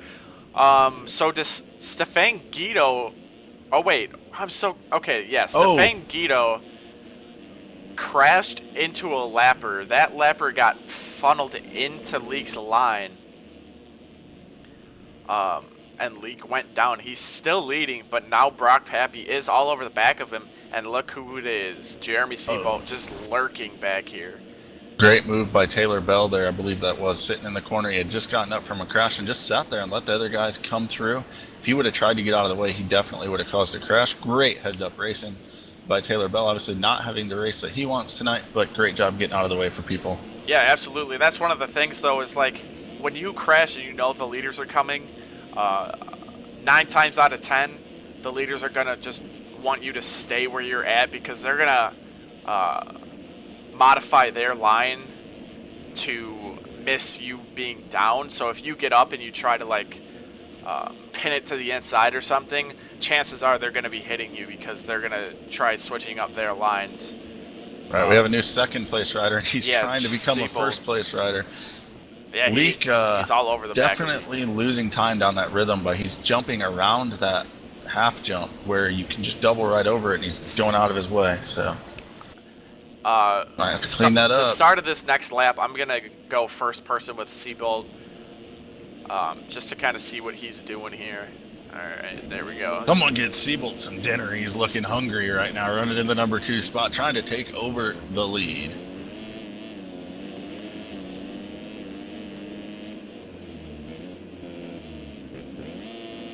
All right. Leak still great performance. Whether he holds on to this thing or not, he's led it to the halfway point pretty much the whole time there. And wow, Seabolt's carrying a bunch of speed through that corner. Sorry to cut you off, but that's just incredible. Leak's struggling a little bit with this triple, and there's a lapper down. Leak he gets gets the through. brake check. They both get through. Yeah, Seabolt almost ran into the back of Leak. Oh, Leak goes down in the rhythm section. Happy, though, actually was able to close up with that lapper going down, and looks like Benny Landry gets into Leak. And there's another rider down. That is your lapper, so it didn't affect your front runners there. Leak drops all the way to 5th spot with one mistake. That just shows how close the racing is out here. So to reset them, Jeremy Seabolt leads at lap number 9 underway. Brock Pappy in the 2 spot. Benny Landry finding himself on the podium right now. Zach Prokop battling out with Craig Leak, who just got up from that crash there in the 4 and 5 as they come around onto the start straight. Russ Chapman, he dropped all the way down to the 6th spot. We'll see if he can move back up through the field. And Jerry Robin getting up from a crash right now on the finish face. He's not going to be able to get up that thing. He's going to turn around, losing a lot of time. He actually fell off the bike again, so... Spencer Turley trying to come around. I saw Taylor Bell was actually sitting there beside Robin and disconnected. Hopefully... And Robin down nothing again, he did. actually. And so Turley moves around. There goes Matt Cromie, and Robin finally gets back going. Probably lost 30 seconds in that whole ordeal. At least 30 seconds. There So are Tyler a lot Lewis, of guys then. back here in the pack. Just look at this. Like from Lewis to David Wright. That's your guys that the leaders are about to be coming around the lap. Seabolt stretched it out a little bit that last lap. Actually ran his fastest lap of the race at 105.3. Happy runs in second, goes off track. Coming back on. Got the lapper Zoa Cross to deal with. Zoa gonna pull up and let him go? No, he's gonna keep racing with him, because why would we want to let the leader go by when we can just stay in front of him going down the start straight? Look at Zoa Cross being a great lapper.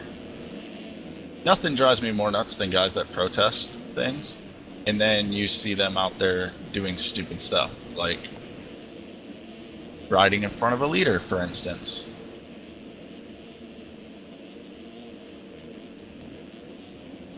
And he could say that he's on the pace or whatever, but I can guarantee he's messing up Brock Pappy. And now he re-enters the track unsafely in front of him. Zoa's a brilliant individual.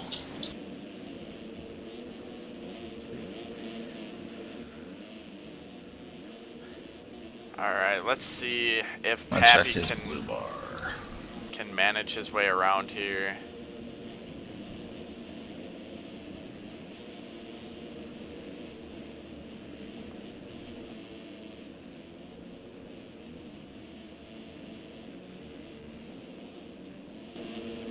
Pappy has actually lost a little bit of time to Zoa, but at this point I think Pappy just doesn't want to get together with him because he knows that Zoa's not going to let up, and it looks like Pappy gets around him.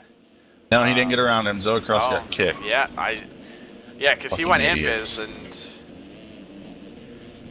all right, so Zoa Cross being black flagged from the race. Now Pappy's gonna be able to have a clean race in front of him at least for the time being. But that's not after.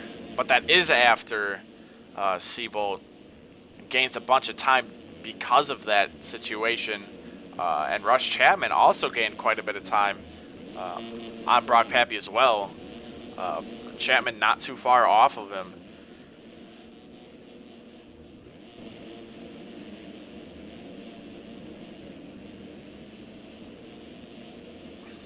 Alright, so nothing really happening. Seabolt, Pappy, Chapman. Leak's not too far behind Chapman. He was leading early on. Landry, there's not really too many battles going on, so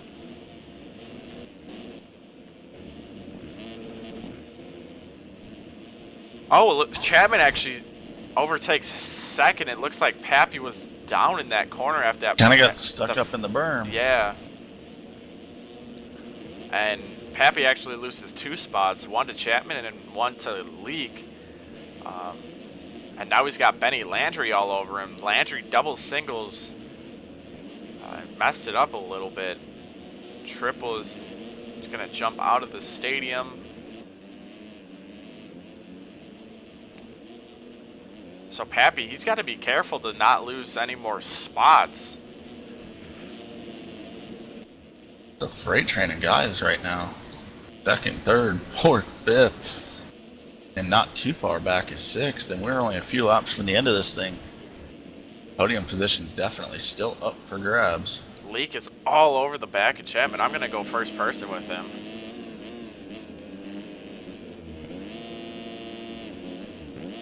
No matter how this finishes, it's been a great night for the 53 of Craig Leak. Yeah, absolutely. Oh, he squares the corner up nicely. He's looking inside. Is he going to get through the woods clean? No, he's actually going to go down in the woods. Get a little sample of the soil taste through those things. And Pappy goes gonna down join as well. him. Landry's going to get both of them. Landry's like, thank you very much. I'll tip you on the way by. Oh, and then he goes down. So that's going to give Leak the spot again. Oh, boy. These clowns are juggling all these positions around like nothing.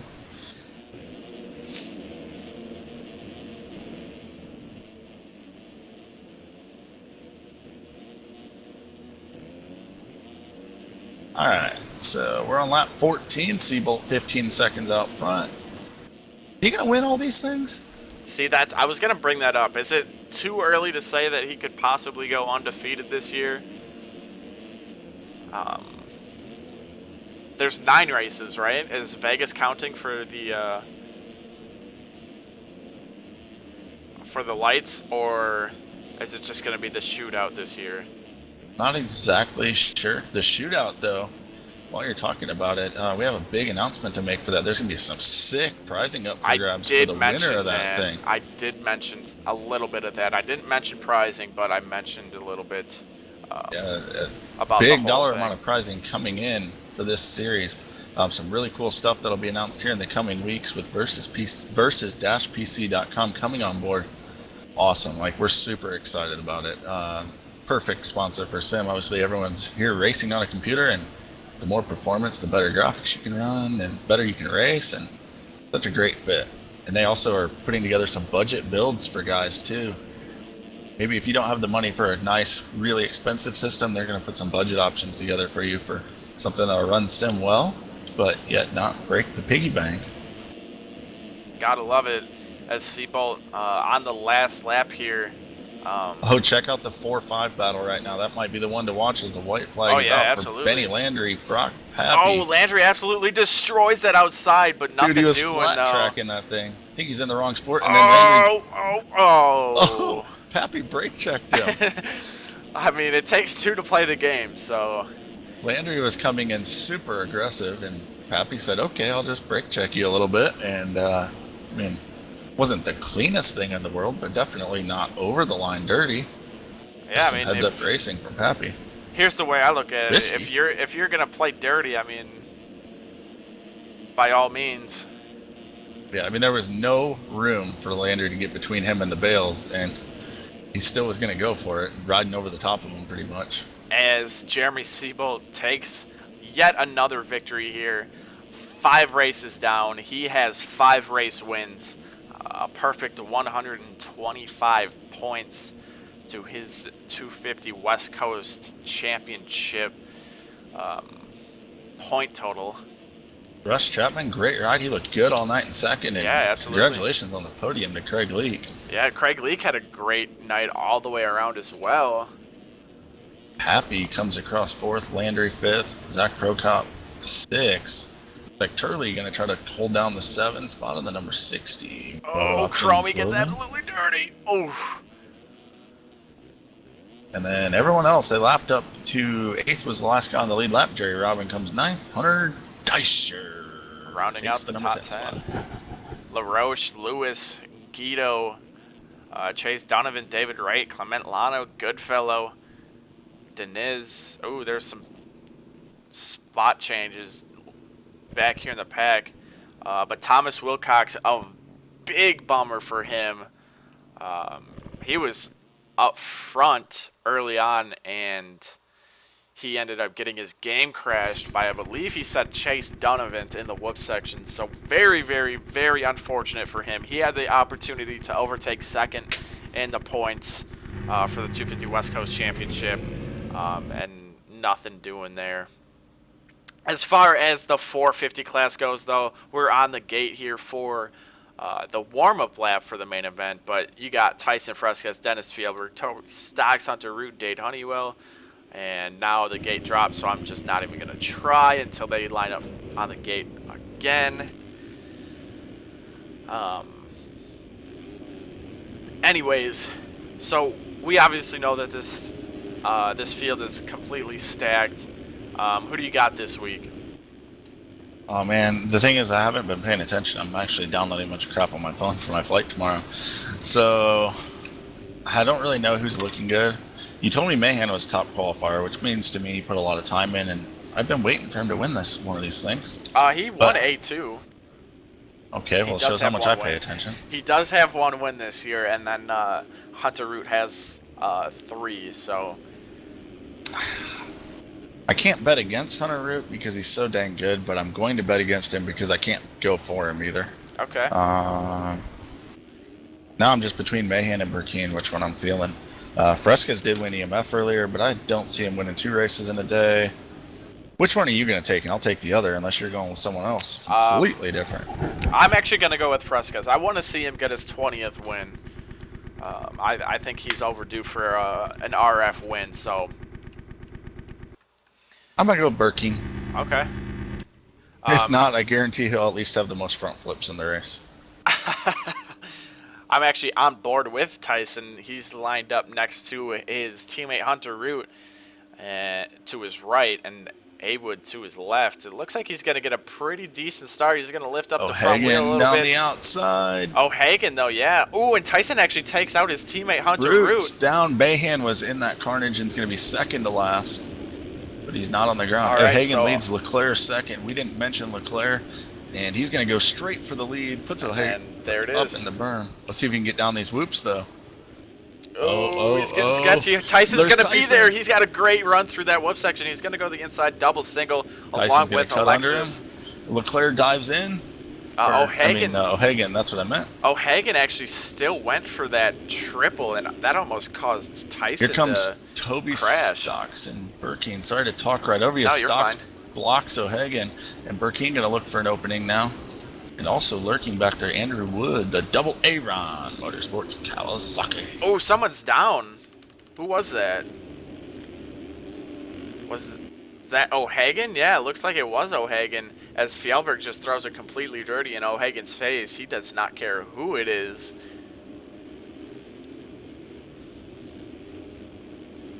This could be set up for quite the showdown, obviously. Let's check on where Root has made his way up to after one lap. He is in 14th as he comes across the finish right now, actually. Where's Mahan at? I do not see him, so he must have already Leclerc went by. back to jumping through the whoops. He almost goes down. Tyson elects to blitz them. Looks like he gained a little bit of time. Mahan's in 10th right now, jumping into 9th as he launches the whoop section in 2 jumps. So just keeping an eye on him. He's actually in front of Hunter Root right now. He has a huge group of guys. If he can get around these guys, and he cannot, he slides out in the berm. I was going to say he might have a shot at this thing. So the 1 and 2, Leclerc and Fresquez, have completely checked out from 3rd, and Matt Burkeen as they're crossing the finish, and Burkeen's just now landing the triple. So that's quite a bit of time in 2 full laps here. But then And the names just keep coming in this top 10 of fast guys. Holy cow. Yeah, all these guys are deserving of potential main event wins. But yet they're back here just inside the top 10. It looks like one of them is down. Andrew Wood, he was down on the inside there after the finish line. Hunter Root, as you see the red plate, that means he is the points leader of this series at the tail end of this train here with Jeremy Smith right in front of him. I'm going to go back up front. Leclerc stretching it a little bit over Fresquez, it looks like. Yeah, it's absolutely. About 2.7 seconds right now. And Stocks has made his way around Burkeen, and Honeywell has moved up to join that battle, as well as Fjellberg. So there's a 4-rider fight right now, going for that last podium spot. If you stand on the box, you're lucky to get in the box tonight, and these guys all want that spot. Woohoo! Oh, Burkeen whipping it sideways, carries a lot of speed over that finish line. He's going to have to funnel into the inside after the finish line onto the start straight, looking for an opening to get back around Toby Stocks. Stocks, one of the harder guys to pass, being from Australia, doesn't have the best internet connection to deal with. And Ooh, Burkeen actually cases that double, gets a little bit of sideways. trying to find an opening, just seeing where he can make it happen. Let's see what he can do down the whoop section. Here's a nice drive. And he does have that inside line. Launches in, Stocks closes the door. That leg bubble. But here comes Honeywell up the inside of Burkeen. Gives him room. 2 corners and almost 2 passes for Honeywell. But Burkeen didn't get that corner clean, and then Fjellberg moved by, temporarily cuts the track to get in front of Dade Honeywell. That's always, that's one way to do it. Yeah, that was legit. Yeah.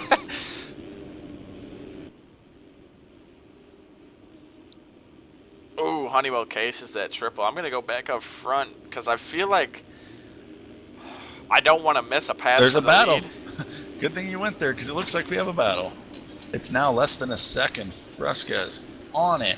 Cohen and I are going to move out of the way, let these guys go through. Nope, that's Peter Like, actually. Leclerc still jumping through the whoops. Got Tyson, wow. that time. Tyson was completely flat across the top of the whoops the whole way. I don't know if he just got a really good run that time or if he's got his bike set up completely dialed for those things. I mean, I'm going to go first person with Tyson. Leclerc actually has a 103.0, but Tyson last time around was a 103.4 compared to a 105.1 from Leclerc. Leclerc still holds the fastest lap that I know of. Ooh, Tyson Fresquez has a that very section. Interesting line right there. I've seen a few A people doing that 102.6 tonight, from him. but not as cleanly as he just did it. That was fast. All right, so Tyson, he smells blood in the water here. He was about 4/10 quicker that time around. Do you want to check lap times really quick to make sure Tyson just set the fastest of the race with a 102.6? Yep. Yeah, no one else even close. All right. I mean, the closest Tyson is Leclerc's 103 flat. Tyson is just dominating those whoops. He is very, very close to Leclerc. Oh, he gets a little sketchy. He's able to save it, though. Gonna lose about half a second due to that little mistake there.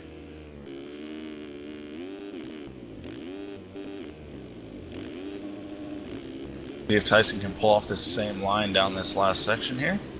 Yeah, it looks like that's a... Not I mean, quite not as as quick as he clean, did last time, but it's still quick. All right, Actually saw that Leclerc line answers from, with a 102.9, so... From Race Carlin early this week. Oh, Leclerc makes a mistake. Yeah, Fresquez. so Fresquez into the lead just like that, as we're talking about something completely different. All right. Now, can Leclerc remount a charge? Or does Tyson give him an opening? What's going to happen? Leclerc goes for that big line down the whoops, which if you get it right, it's as fast or faster. I don't know, because Tyson is literally on the tops of these whoops. There's at no point does he dip down into those whoops. So, mistake and and bigger mistake from yeah, Leclerc. Bigger mistake from Leclerc. So that's going to give Tyson the lead all by himself. He's going to have a double-digit second lead over Leclerc now. Riesenberg third with Honeywell not far behind. And Mahan's made his way all the way up to the 5th spot now after being second to last in turn number 1. And Tyler Crane. Matt Burkeen drops to 7. Now, do you think since Honeywell and Mahan are on the same team, do you think Honeywell kind of just lets Mahan go, seeing as how we're going to Mahan's see got the, right now as they're side by side. Honeywell, I think, gave Burkeen extra room earlier too, not trying to get in the way of these guys. And yeah, I think Honeywell definitely checked up a little bit there. I feel like he's been a champion. He knows what it's like to be in a championship chase. He doesn't really want to get in the middle of it, at least his first race up in the class, but I mean, if he's going to be in the mix every week, eventually he's going to start racing with these guys. And showing right now that he has the speed and the talent to do so on the 450 as well as the 250. Looks like Burkeen has faded a little bit here. Where is Hunter Root? There he is, just crossing the finish line, sitting in 11th right now. So this could be huge for the championship. Like I said earlier, Hunter Root has 3 main event wins in 4 races, so he does have a little bit of a lead, but you know who's in second in points is his teammate Tyson Fresquez, and he's leading this thing. So things could get very, very tight if Hunter Root can't make that many more passes. Now, I know it's less than halfway over. Yeah, I mean, the thing wonder. is I wouldn't want to give Tyson, a 2-time champion and the most winning Supercross rider in this game, any bit of confidence. And yeah, I mean, he's been rolling. You know, he's won the last 2 rounds of EMF, and now he's winning this, getting some momentum going. So yeah. Watch out. The past couple years have been off years, if you want to and call mostly it I would that say for it's Tyson. been starts. And look at tonight. I mean, he got a start, and yeah, we're talking about him with a shot at winning the thing. He's got a 10-second lead. I'm not saying he's definitely got it in the bag by any means, but we're only halfway. I don't want to speak too soon. Yeah, this year alone, he just looks a lot more, like, comfortable. And like you said, it was the starts. He's getting good starts this year, so that's why he's been able to run up front. Yet to win this year, but I don't want to call it too early, but he's got a good shot at this thing tonight. Yeah, and Leclerc actually just went off track, so that lead's going to grow even more. Fjellberg's still sitting 3rd. Mahan 4th, right behind him. Knocking on the door. Gonna go first person with Mahan. Mahan dropped to pretty 102.9 in the race, so he's also dropped into the 102s. Fjellberg has yet to even dip down into the 103s, so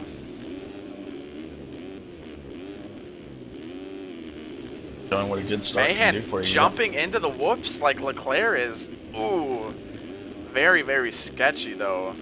not able to cleanly jump out of them. Been doing it every lap, and it's, I think, probably made him more time than it's lost him, unless you can get through him like Tyson's been every lap, just clean across the top.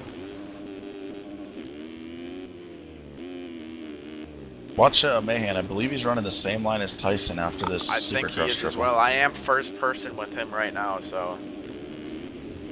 Oh, they got a downed rider to deal with. Oh, and that's Tony Spinelli. Mahan barely gets around him. He had to dodge that lawnmower that was mowing the top of that tabletop down right there. And as I said, Fjellberg hadn't dipped down into the 103s yet. His fastest lap of the race with a 103.8 that last time around. Oh man, lappers galore right now going for your top two as Tyson's lead's only 1.4. Leclerc, though, trying to deal with lappers. He's actually blitzing the whoops this lap, and he got through them really good. Thing's not over. Tyson must have had a mistake because he had a 10-second lead. Yeah, he actually ran a 114 last time around, so definitely some issues for our race leader last lap. So Leclerc... An update on Hunter Root has moved into the top 10. He's ran a 102.9 last time around. And he just actually blitzes his way all the way into 8th spot. Through the whoops, one rider down, went around the outside of stocks. So Root salvaging this thing, as most champions do.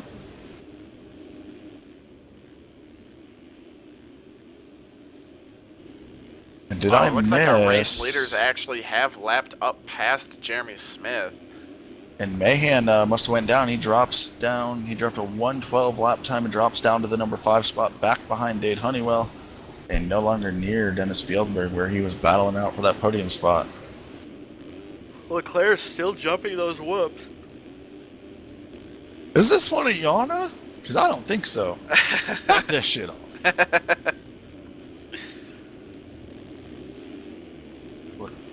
Yeah, I mean, Leclerc had the gap down to 1.5 seconds a lap ago. It's 3.2 now, so Tyson trying to pull this thing back out.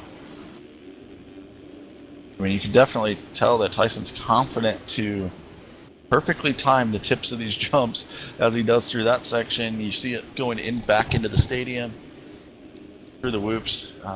Definitely put some time down as he put a 102.7 down that time, stretching that lead back out.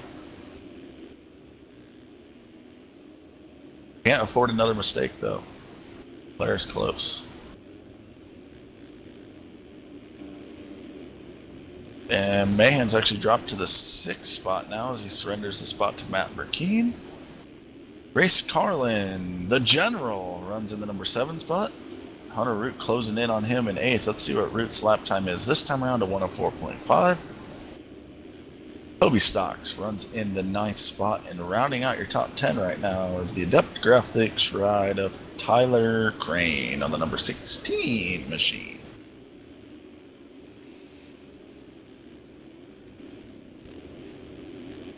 See what lap times are as they're coming around to that finish line.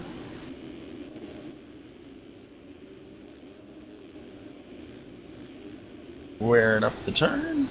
103.3 for Tyson. Let's see what Leclerc has.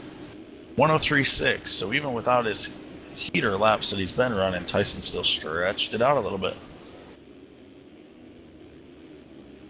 Fjellberg comes across in 3rd. 4th place, Dade Honeywell. You guys all pretty spread out right now. Yeah, I'm trying to look for somewhat of a battle, but everybody's too spread out. I guess this Hunter Root Race Carlin battle is probably the closest battle.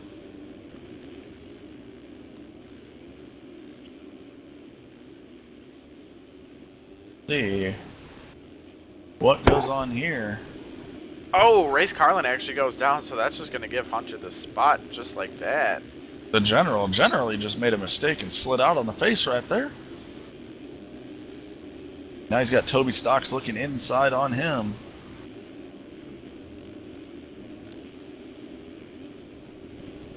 Ooh, Matt Burkeen is down. So Hunter Root's going to be all over the back of him, if not make the pass right here. No, he is not, but he will be all over the back of him. He's all over the back of him, huh? Yeah, he is.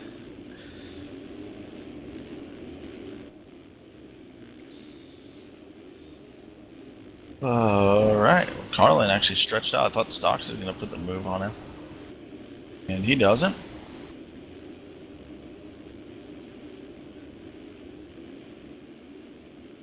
Oh man, Burkeen en route now. Root looking like a hot knife through butter, slicing through the pack. They go on off the tables. He's looking Guys, for an opening. I'm sorry for making people yawn. I'll try to stop. Hunter root to the inside. Gonna get the spot from Burkeen for the time being.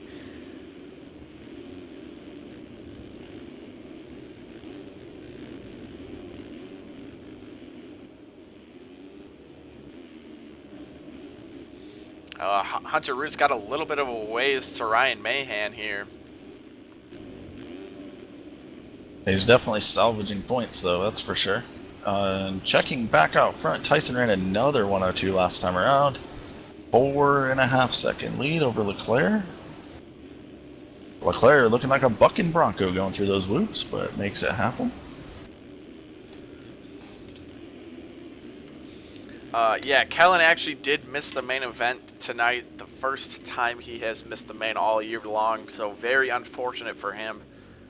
Yeah, I expected him to join us in the booth, but my guess is he's playing cleanup after ghost riding his controller through his window.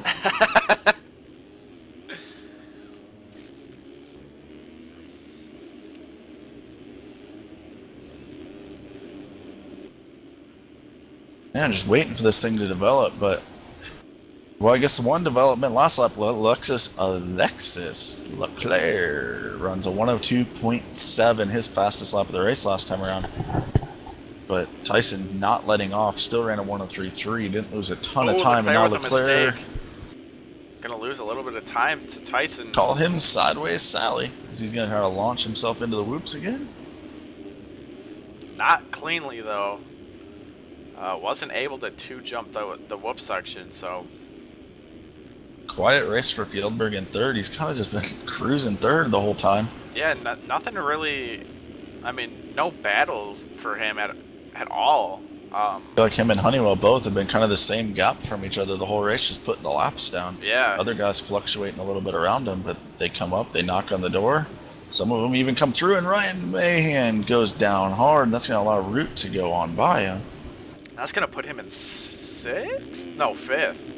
Burkeen went around as well. Mahan's in seventh now. And, wow, two lappers just getting together, and it takes Mahan down. Nothing those lappers could have done. I think that was Spinelli and Awood. It was, and then Spinelli gets landed on by Cohenauer, which was actually a battle for position, but... Haley almost gets caught up in that, too, so a lot of carnage in that rhythm section. When do we start hitting the panic button for Jeremy Smith? He's running around in 19th right now. He hasn't had a great series yet this year. That's for sure. It looks like he's about to go a lap down for the second time from Leclerc, so that means Tyson's already come through. Tyson out front by 5 seconds now as I check back on the leader.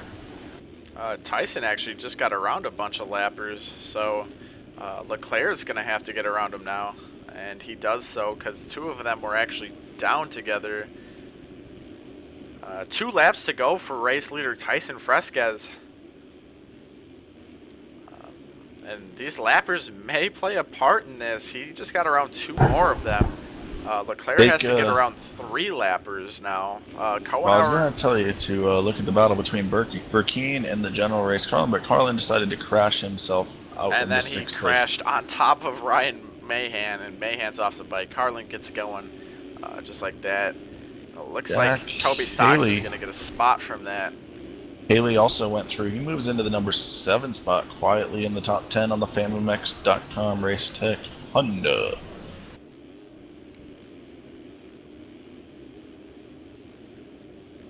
Alright. Whoa, so what happened to Leclerc? Fresquez's lead's now 12.8 seconds. He may have had an issue with these lappers that he was trying to get around. The white flag's out for the number 21.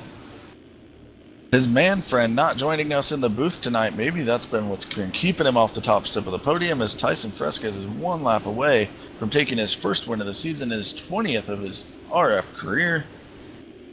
Team Volcom, Tyson Fresquez, number 21, looking good, trying to chip away at that points lead from his teammate, Hunter Root.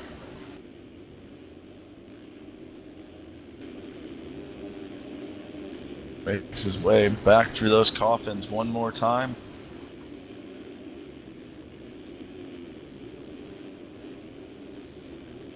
We'll pretty much cruise it home from here. Deal with getting around Toby Stocks, gets around cleanly, over the over-under. And back into the stadium. Let's hear the crowd roar. Oh wait, there's no one in the crowd tonight.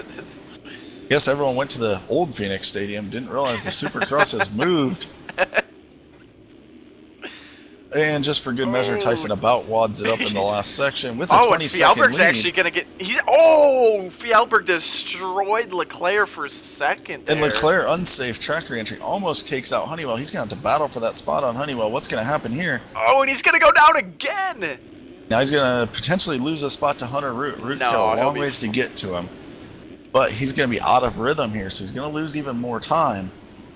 Got to get back going clean without a mistake.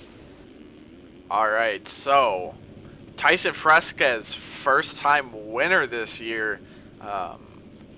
5 rounds in. I don't remember the last time that he won, but I don't believe he won at all last year.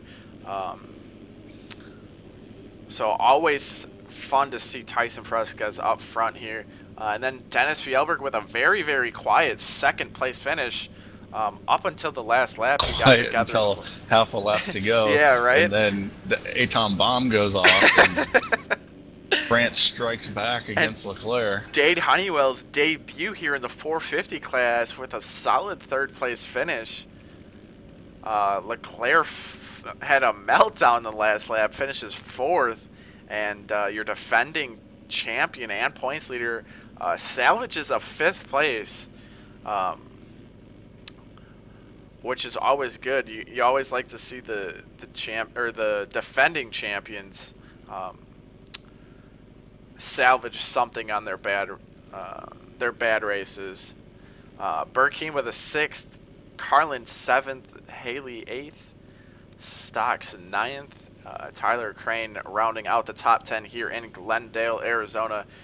Shipley Mahan 12th, Heverline. Oh, 13th. check out. St. Laurent actually gets 14th from Dupuis. We actually had a race within a race going on out there. Getting first place in the lawnmower class, 16th place was Tony Spinelli. Just wanted to update everyone on that. Didn't want to get him lost in the crowd. It looks like I'm going head-to-head with Wheels on the starting gate right now. So. All right, so that's going to wrap up the racing here for round number 5 of the MotoOption Supercross Series presented by Racetech. Here in Glendale, Arizona. So pros are all done for the week, but remember, amateur night is Sunday night, starting at, I believe, 5 p.m. Pacific. Log on to racefactorygaming.com to get correct times and info, so I don't tell you the wrong one. Don't take my word for it. Just go to racefactorygaming.com. I believe Wheels should have the amateur Supercross signups up there as soon as possible. You guys can start running laps in the Elsinore servers. And as always, go ahead.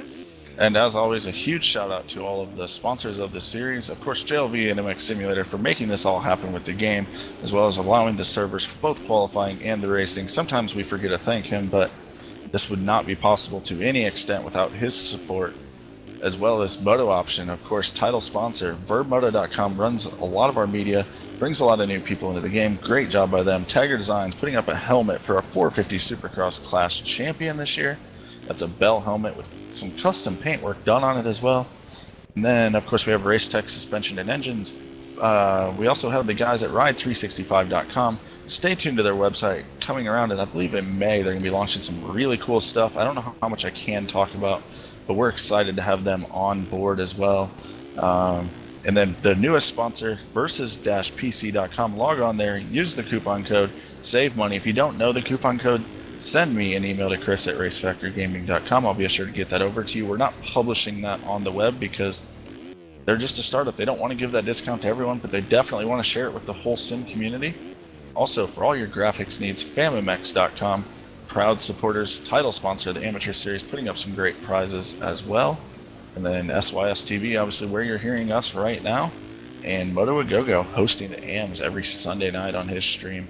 Doing a great job, and I hope I got all the sponsors there because I'm doing it as I'm trying to ride and beat wheels right now in a race. I believe that you got everybody. If not, guys, just check out racefactorygaming.com. You can see all the sponsors that help make this possible. It makes this series legendary. We'll see you guys for Pro Night next Thursday night at San Diego. For the second round at San Diego. I hope to see you guys all there. And until next time, see you guys later.